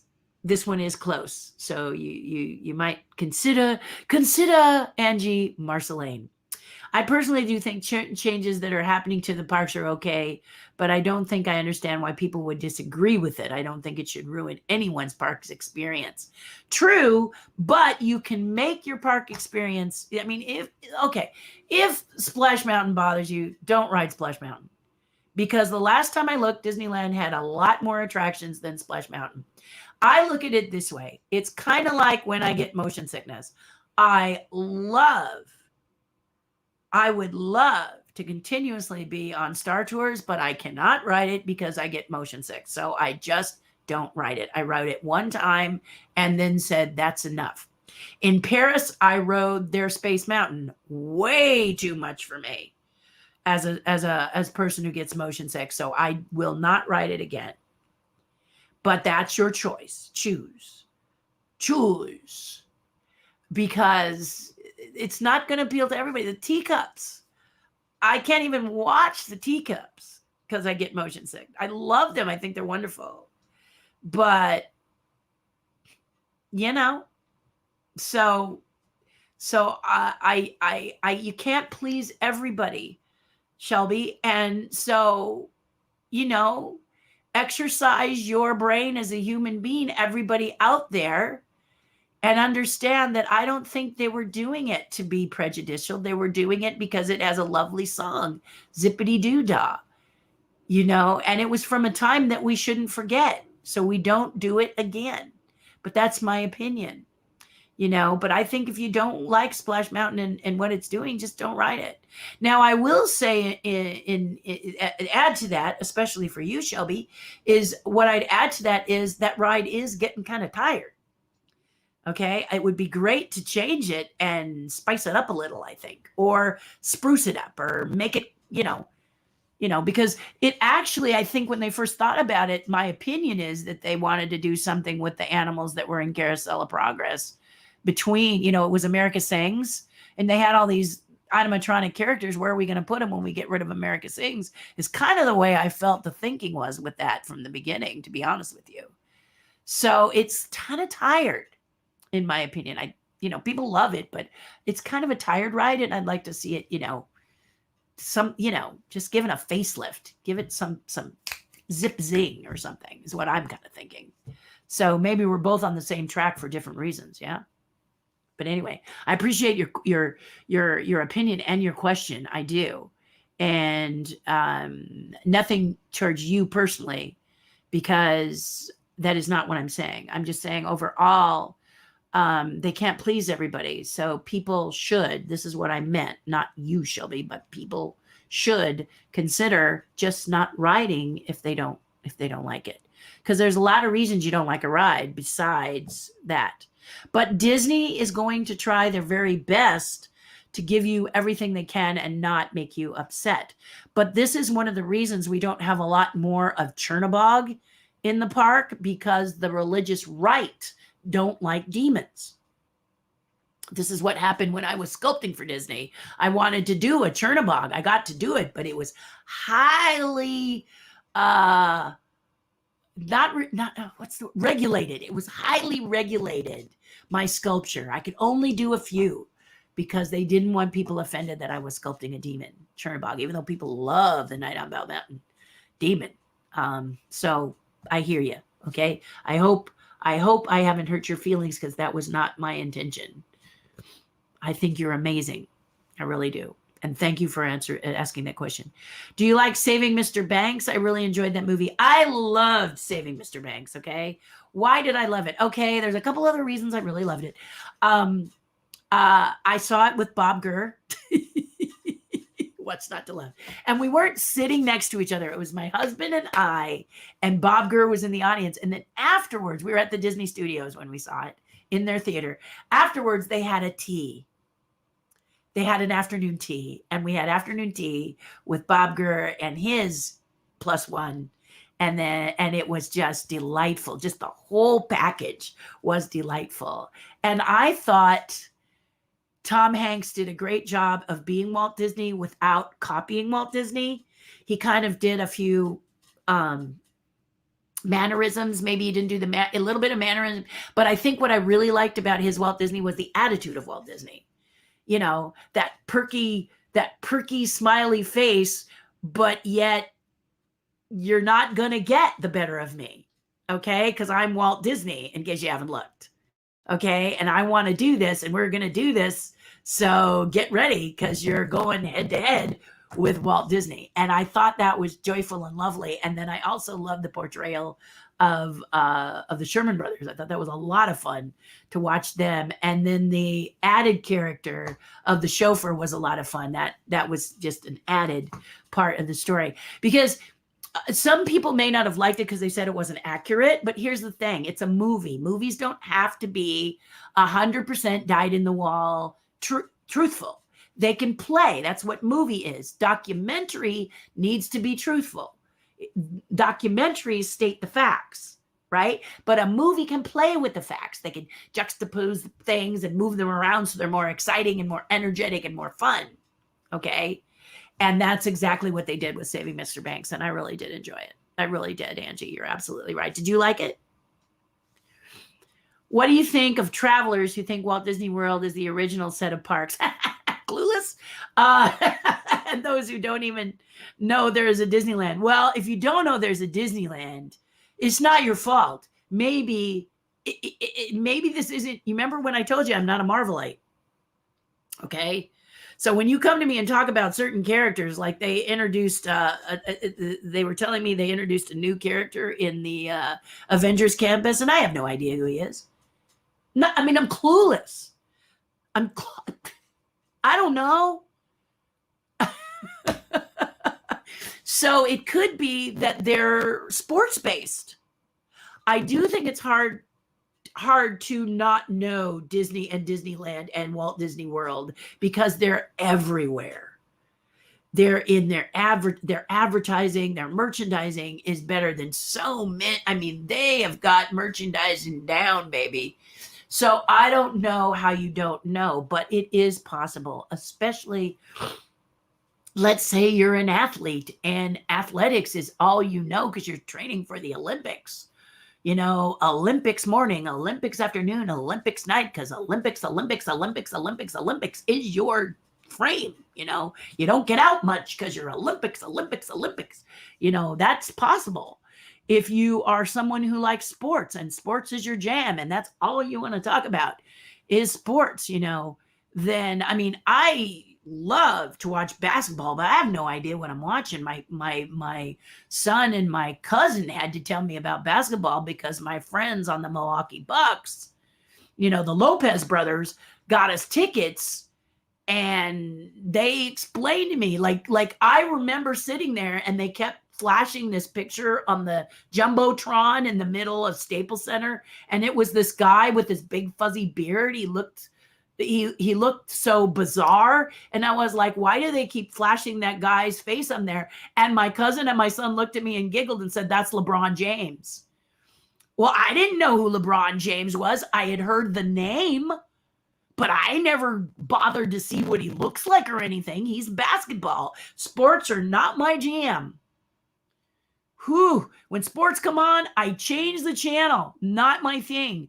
But I loved going to the game because the Lopez brothers are good friends of mine. I love them, and I love it when I know someone and I watch them exercise their passion. So I had a great time at the Staples Center watching the Lopez brothers play together on the Milwaukee Bucks, but that's the only reason I know the Milwaukee Bucks exist is because of the Lopez brothers. The Lopez brothers are my friends, and they told me they were professional basketball players, and I said, for what team? And they said the Bucks, and I said, the Bucks are from where? And they said, oh, Milwaukee, because they could see I'm not, okay, no, nothing, flat line, okay? It's amazing when someone breaks through like Tiger Woods, because Tiger was so sensational when he started out that he came through the news. And I said, well, who is this Woods guy? And they said he's a golfer. And I was like, golf? What? But you remember, he made the world, as did Michael Jordan, Shaquille O'Neal. These are people that broke that barrier of me, The Rock, because only way I knew wrestling was because my son, my stepson, loved WWF. So he would show me and tell me all about it. We would watch it together. When he came down, we would watch the WWF and he would explain things. So this is how I knew this was The Rock. And then all of a sudden, I see this actor, Dwayne Johnson, and I go, wow, he looks familiar. And my son says, that's The Rock. And I'm like, what? So what I'm saying back to Disneyland is it's possible there are people that don't know about it. And we look at them with love because their focus is something different. It just could be that it's not on their radar. Now, Walt Disney World, a lot of people think it's the first park, and then they'll come and see Disneyland. They'll find out about Disney. They'll come to Disneyland and they'll go, gosh, it's really small. What is the draw? The draw is Disneyland is where Walt walked. That's the part that kind of is frustrating for me. Walt Disney World wants to be the hub, and Walt Disney World wants to be the one that makes all the decisions about the parks in the U.S. And that's a mistake, because Walt Disney World has a different mindset than Disneyland does, okay? As an artist who sculpts for both parks and clients from both parks, very different needs. You remember I was talking about the clothing and how you can't have one size fit everybody, right? It's best to design for the body, each body type, and celebrate each body type. That's the same with the parks. Celebrate the East Coast mentality and the people who populate the Walt Disney World. Yes, West Coast can go over there and love it. But as a sculptor, I have to know what sells there. And it's not the same as what sells at Disneyland. Case in point, those Mickeys and Goofies and Donalds that are all the different rainbow colors. They're like pop art. They have like stripes and things, and they're really bright, garish colors. Personally, I think they look awful. I'm not a fan, okay? Just not a fan. I would not buy one because I don't like them. But again, art is relative. So you're not going to love every bit of art. But for me, just no.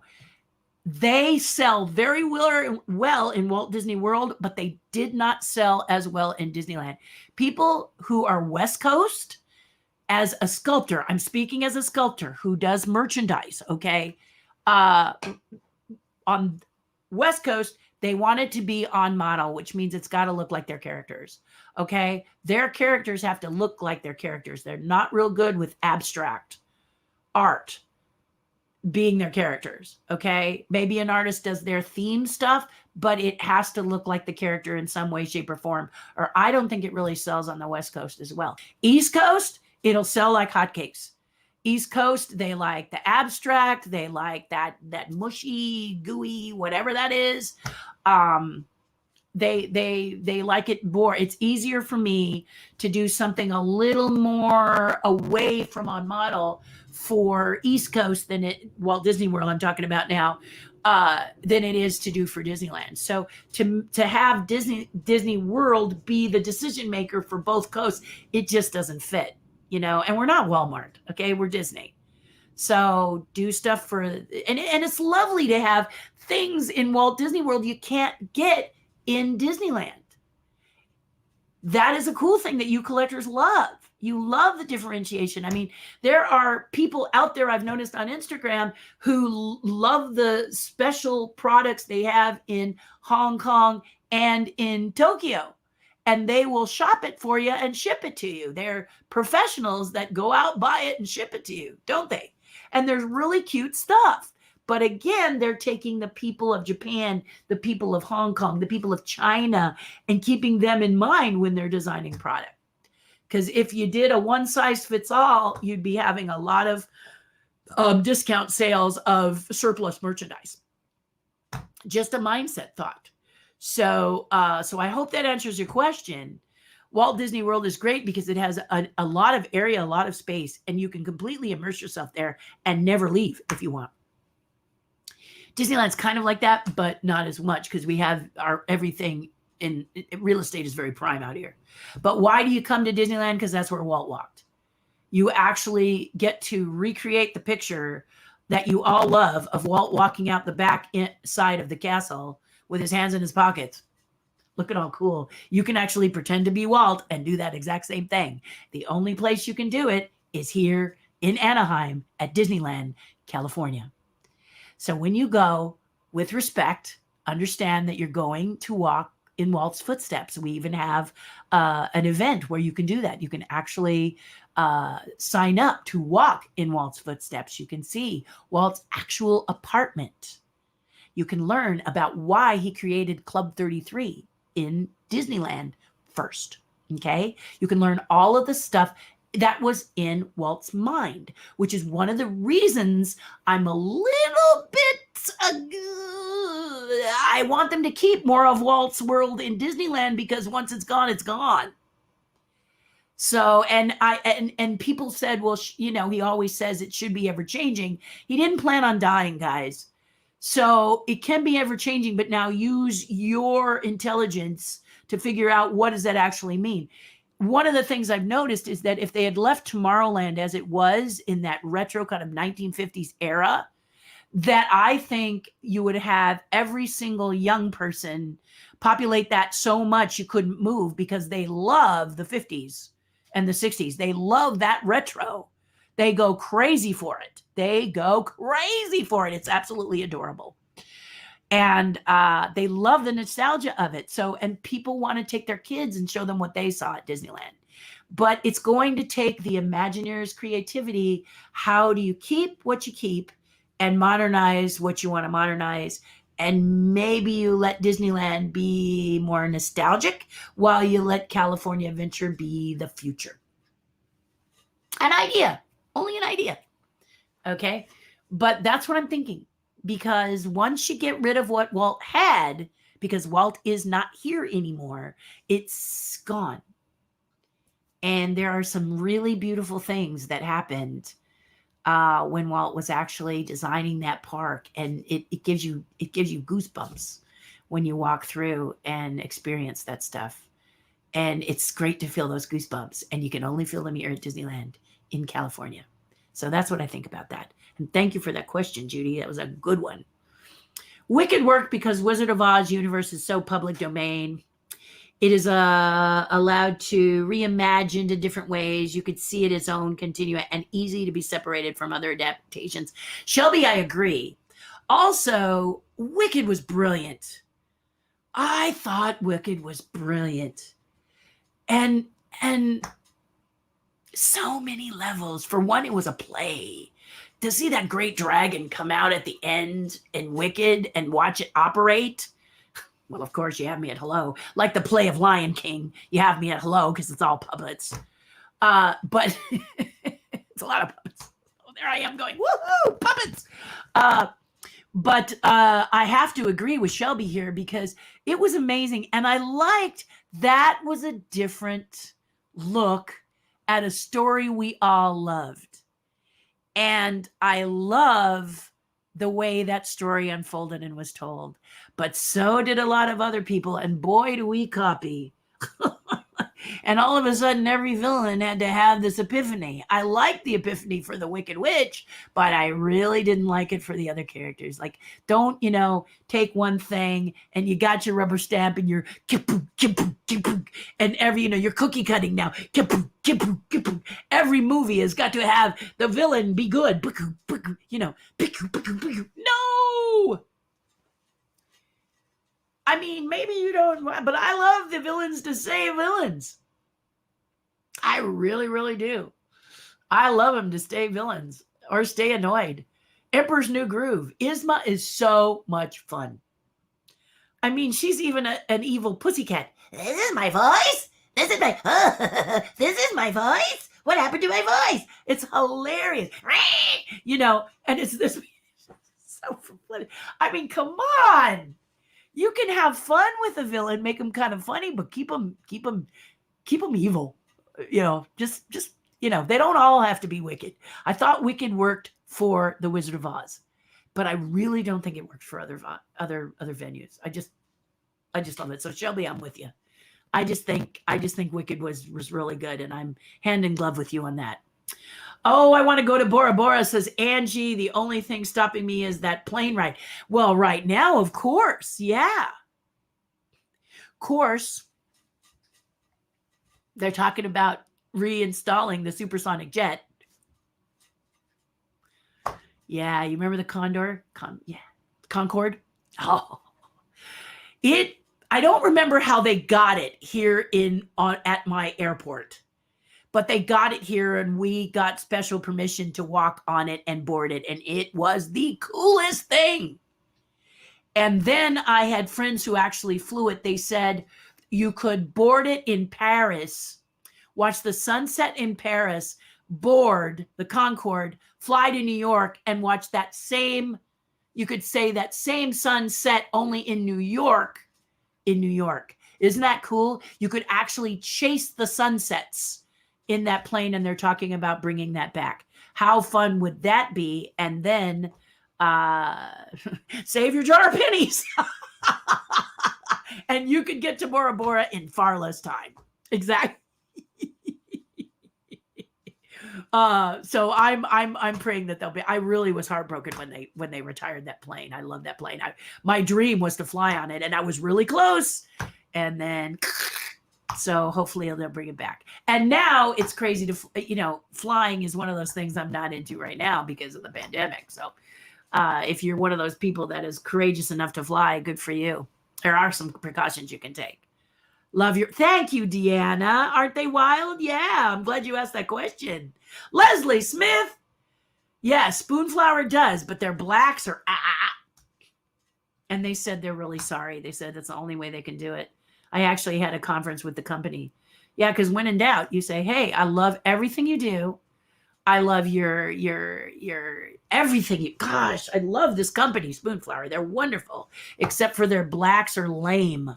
So they said it's the only way they can do it. It's the way the company works. So some cases the blacks work okay, but in the way I want blacks to work, it's not the company for me. It's the company for me in some things, but not this. So unfortunately, they're not the company for my line of clothing. I can't use them for that. They're also a lot pricey. A good real textile manufacturer, not that they're not real, but they're a little more prosumer. That I'd like to find someone who could really do it, like they had on Project Runway. I'm still hunting for those people. And one day I will find them. Oops, you just mentioned you're less than happy with, no, less than happy with the blacks. Leslie, I got to be clear. I've used spoon flour on several occasions. It's just that the black isn't black enough. The ink, black ink. All the other colors are beautiful. But you see how I tend to like to sketch and then illustrate, and black plays a very integral part in my art. So if I want to have it, I want to use it in it. You could not do that coat. I could not design fabric like for that coat because the blacks are too soft and not strong, not bold enough.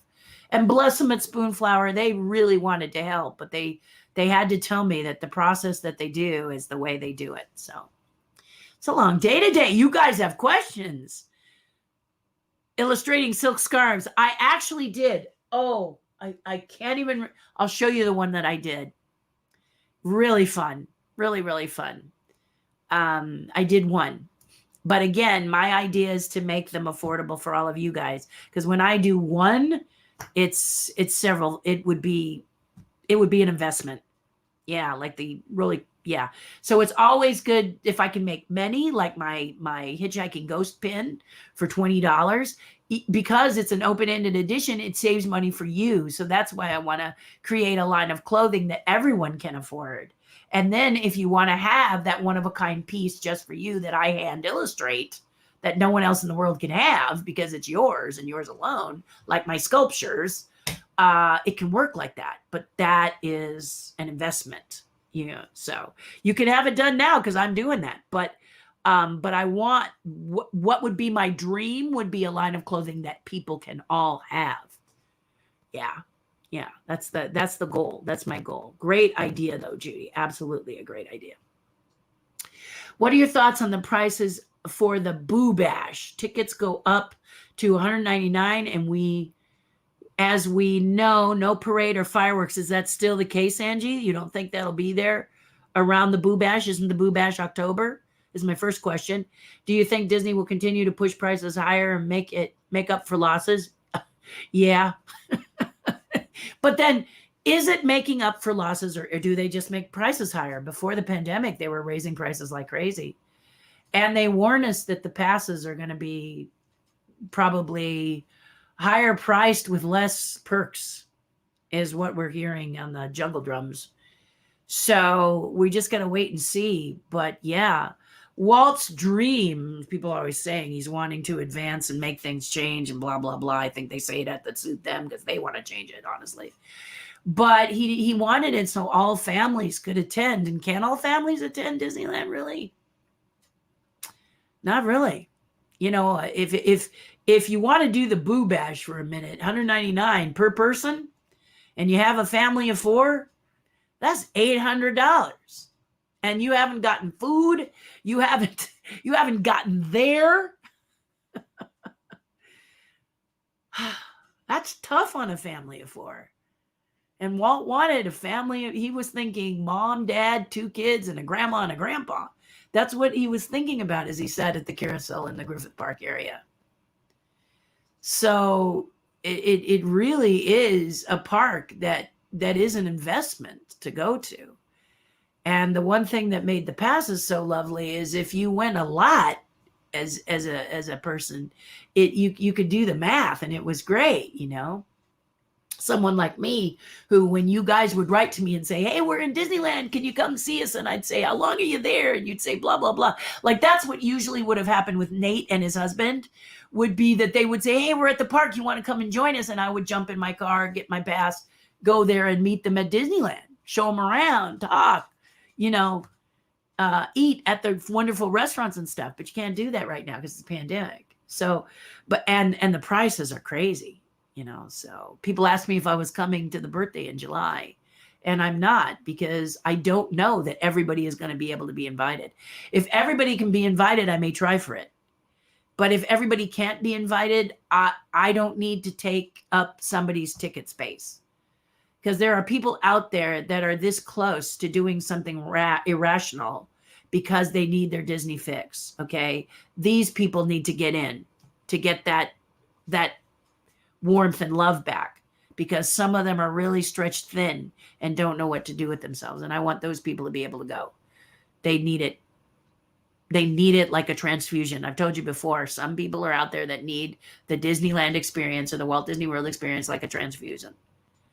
And so I don't want to step in on that. I create Disney here every day of my life. So I'm here doing it. So I can wait. I can wait.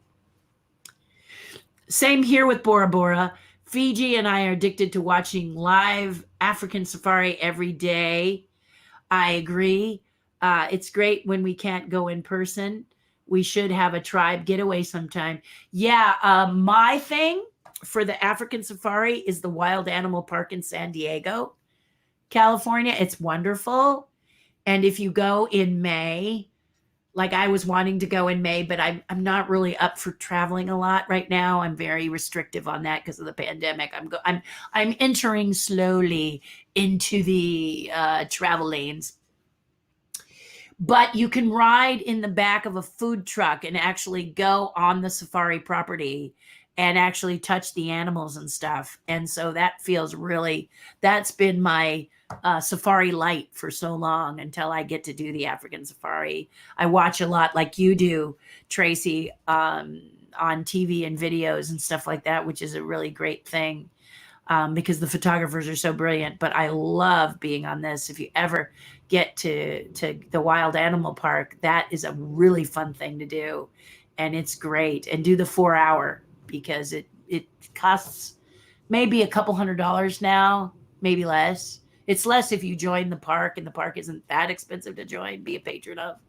But it's really worth it. 2 hours is just not enough. Do the whole 4 hours. It's a lot of fun. Go when it's cooler because you're in the back of a food truck. But giraffe come in and lick your face, and it's awesome. If you want to see some pictures, maybe I'll pull some out. Just let me know in the comments that you want to see them, and I'll do it next Friday. But yeah, it's great. It's so great. When I was sculpting for the World Wildlife Foundation, that's where I'd go. I'd go and sit in the food truck, sketch really quick, get slobber, giraffe slobber. There's nothing like taking your drawings and going, that's actual giraffe slobber. As you're doing a little animal or something for the Wildlife Fund to auction off. So it's cool. Have you thought about selling things on your website before eBay? Indeed. If I can get my website up, I'm going to do it. My website designer and I, first, it was my fault the website wasn't being created because I couldn't focus on what I wanted actually to be or say or do. And it's really hard when somebody says, let me create a website for you. And you go, yeah, it needs to be about this and this and this and this and this and this and this and this. And the website designer goes, help me.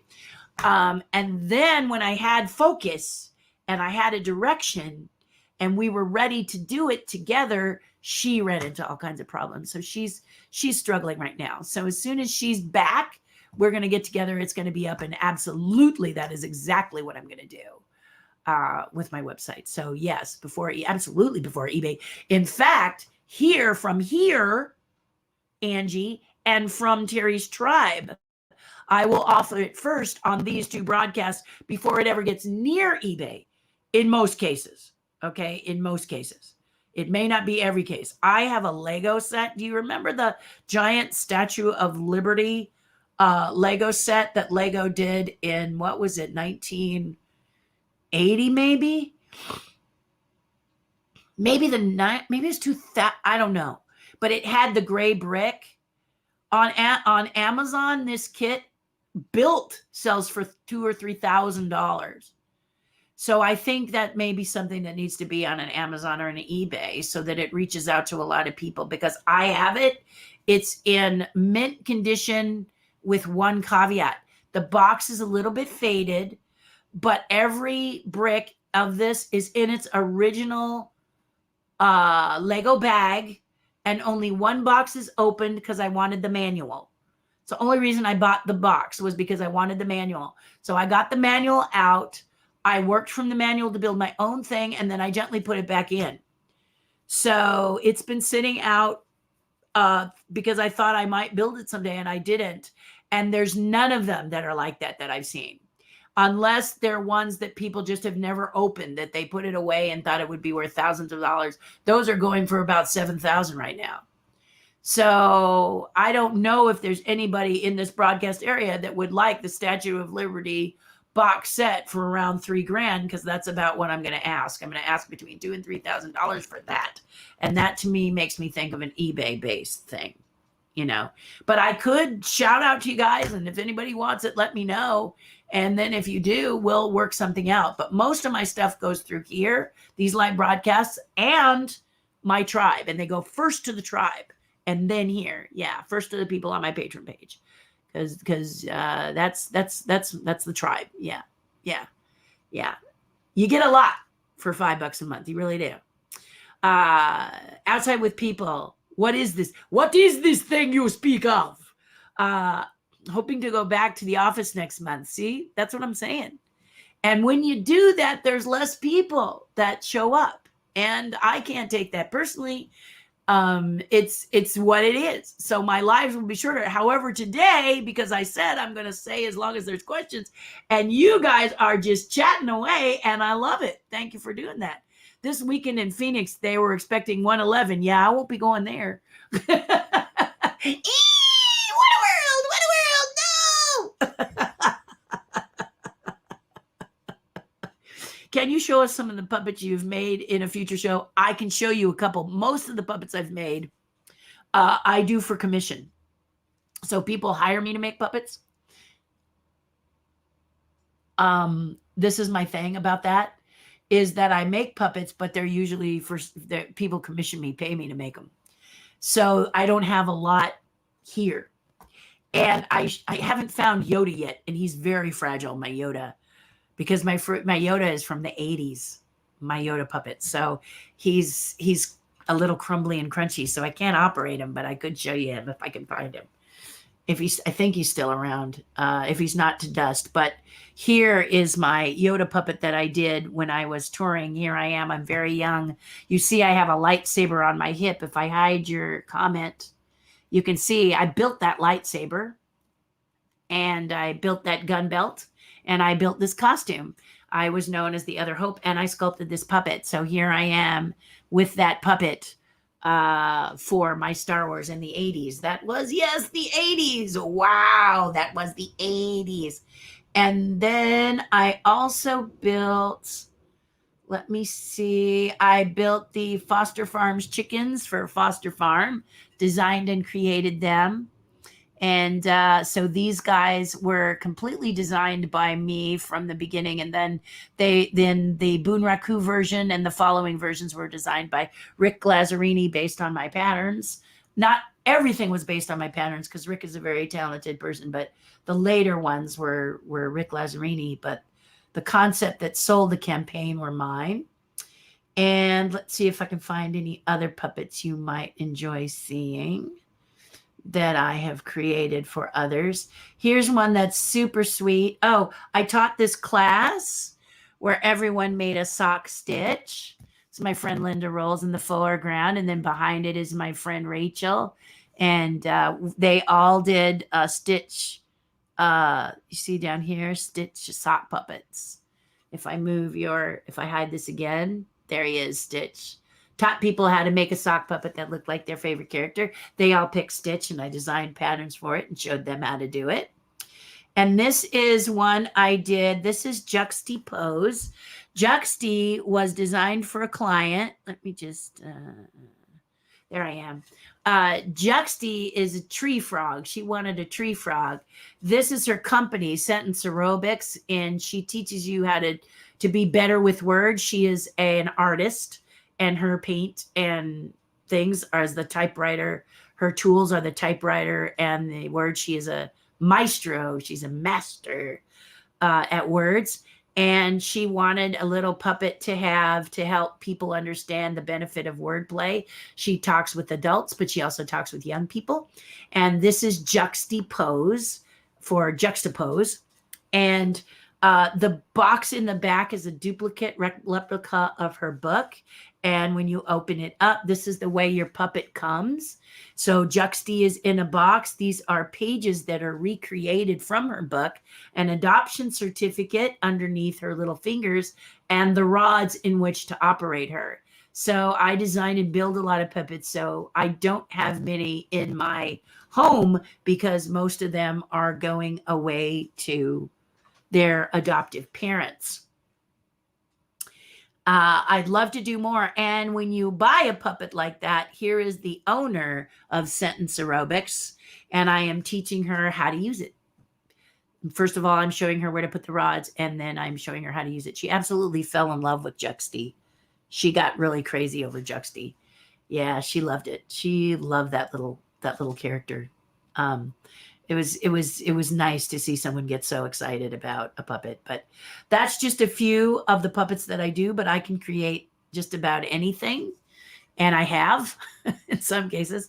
Also did the tiger in Dr. Dolittle, the tiger puppet that Eddie Murphy interacts with. One, because he was afraid of animals. Two, because who wants to, mess around with a real tiger super close, because a tiger is a wild animal. So when he has to help the tiger do surgery with the tiger based on what the tiger has told him he needs help with, that's a puppet. And I was probably one of the sole people that worked on that. The covering was done by somebody else, the fur and fabric, that's done by another brilliant person at Henson's. But I did all the muscle structure and made sure it puppeted well and stuff like that. Yeah. The ones you've seen, though, I did the covering on. The chickens, no, that was another brilliant people that did that, but I did the understructure and everything. So I hope that helps. You didn't have to wait. Next Tuesday, out of state can go to Disney if your friends are still there. Oh my goodness, I think they're leaving Tuesday. Oh, that's awful. Oh man, Tracy, that's awful. Maybe they can get an extension. I'll let them know. I'm supposed to see them. Everybody can go to Disneyland as of Tuesday. It's also kind of odd and strange because my dear friend from Vegas is flying this weekend. She's probably actually on a plane right now, and she's going to be a week at Walt Disney World because she just couldn't stand not getting a Disney fix, and now they're opening it. We call that irony. Ouch, Tracy. Ouch. You quack me up. I take my blood pressure and meds at night.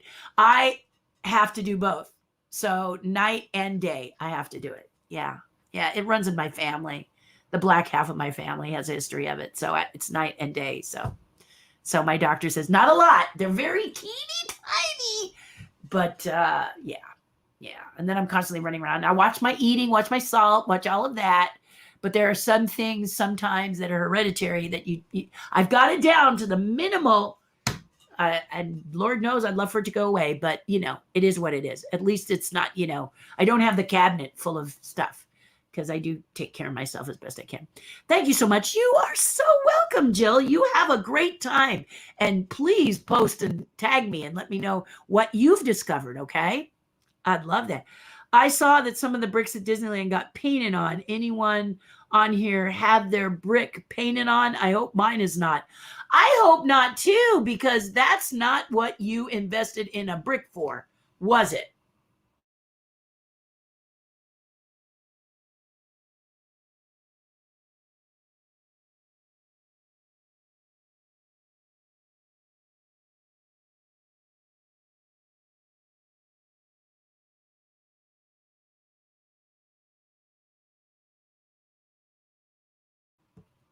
There we are. I'm back. I either froze or went black on you guys.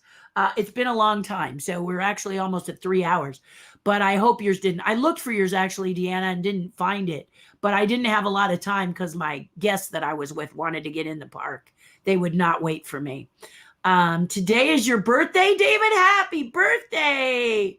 And in 3 days, you get your second shot. Whoop, whoop. So you're postponing your birthday so that after the 15 days, you can kind of, or are you just going to do your celebrate with your happy birthday, David? Happy birthday to you. Happy birthday to you. Happy birthday, David Lewis. Happy birthday to you. And congratulations on your vaccine. If I had a candle, I'd light it, but I did not come prepared, David. So there's your song from me. Congratulations and happy birthday. By the time you get this, you will needing to be going. So I have an awesome, I need to go. Oh, Awesome weekend. Yes. We are winding down. 30 days between shots. Yow! I see the finish line. Yay! I can't wait to play the parks again. Woohoo! I still want to have lunch sometime at Knott's. Yes, let's do that, David, because now we'll both be vaccinated. And I love boysenberry a la mode. Boysenberry a la mode. So let's chat that up. That will be fun. Keep in touch. Keep in touch. Yeah, yeah, yeah. Have you listened to Rainbow Connection in Japanese? Yes, and I love it. Have you heard the story of Star Wars in Japanese? A while was also original actor who played Lupin. Ah, it's awesome, Shelby. Can we own this? Because I have heard it, but can we own it? I would love to own that. Would you love to own that? Rainbow Connection in Japanese? I'd love to own that. I probably would play it and probably be able to sing it, you know. Unless they're not doing it. Yeah. Yeah. That's great. Thank you for telling me that, Shelby. Are you a rock star or what, Shelby? Oops, I meant the blacks, as you said. That's okay, Leslie. That's okay. I'll always clarify. It's not a problem. It's Friday. You're probably got one foot out the door, like I would like to do. You know, not that I don't want to be gone, but I want to be outside. I'm going to try and be outside today. See, fireworks so if they're going to be late summer, and the event you're talking about, that Boo Fest, is Halloween, then you might want to go for it, because it could be very spectacular after so long of dealing with the pandemic. Could be cool. So, you know, you got to weigh the options, right? I know a lot of people were not thrilled with no fireworks, but they got to be careful, because with this pandemic, there's all kinds of crazy stuff. So they got to be, let's wait. Parades make people gather, hard for the social distance. Fireworks make people gather, not social distance. So I know they're just trying to keep people safe. Congratulations once again to all of you who won the dinosaur story contest. I'm going to be emailing you because I need to get your what address. And then I will send you your special surprise in the mail. And for those of you who did not, please send in a joke. Let's start sending in and message me a joke, or Terry at terrihardin.com. Jokes. We're going to do this for a month or two. We're going to do this a while. Maybe it'll be, look, I got a few. It'll depend on how many jokes come in, okay? But please send me your favorite joke, and we'll start giving you some fun stuff. What? I have no idea right now, but I'll show you. It'll be yummy, okay? All right. I love you a bunch. Have a lovely weekend. Do something nice for someone else. It'll make you feel so much better. Mwah! I love you all. Thank you. You kept me here for close to 3 hours. And I want to say thank you for all those questions. I love you so much. And this is what I like to do, is answer your questions. Fridays are fabulous. Take care. See you soon. Bye for now.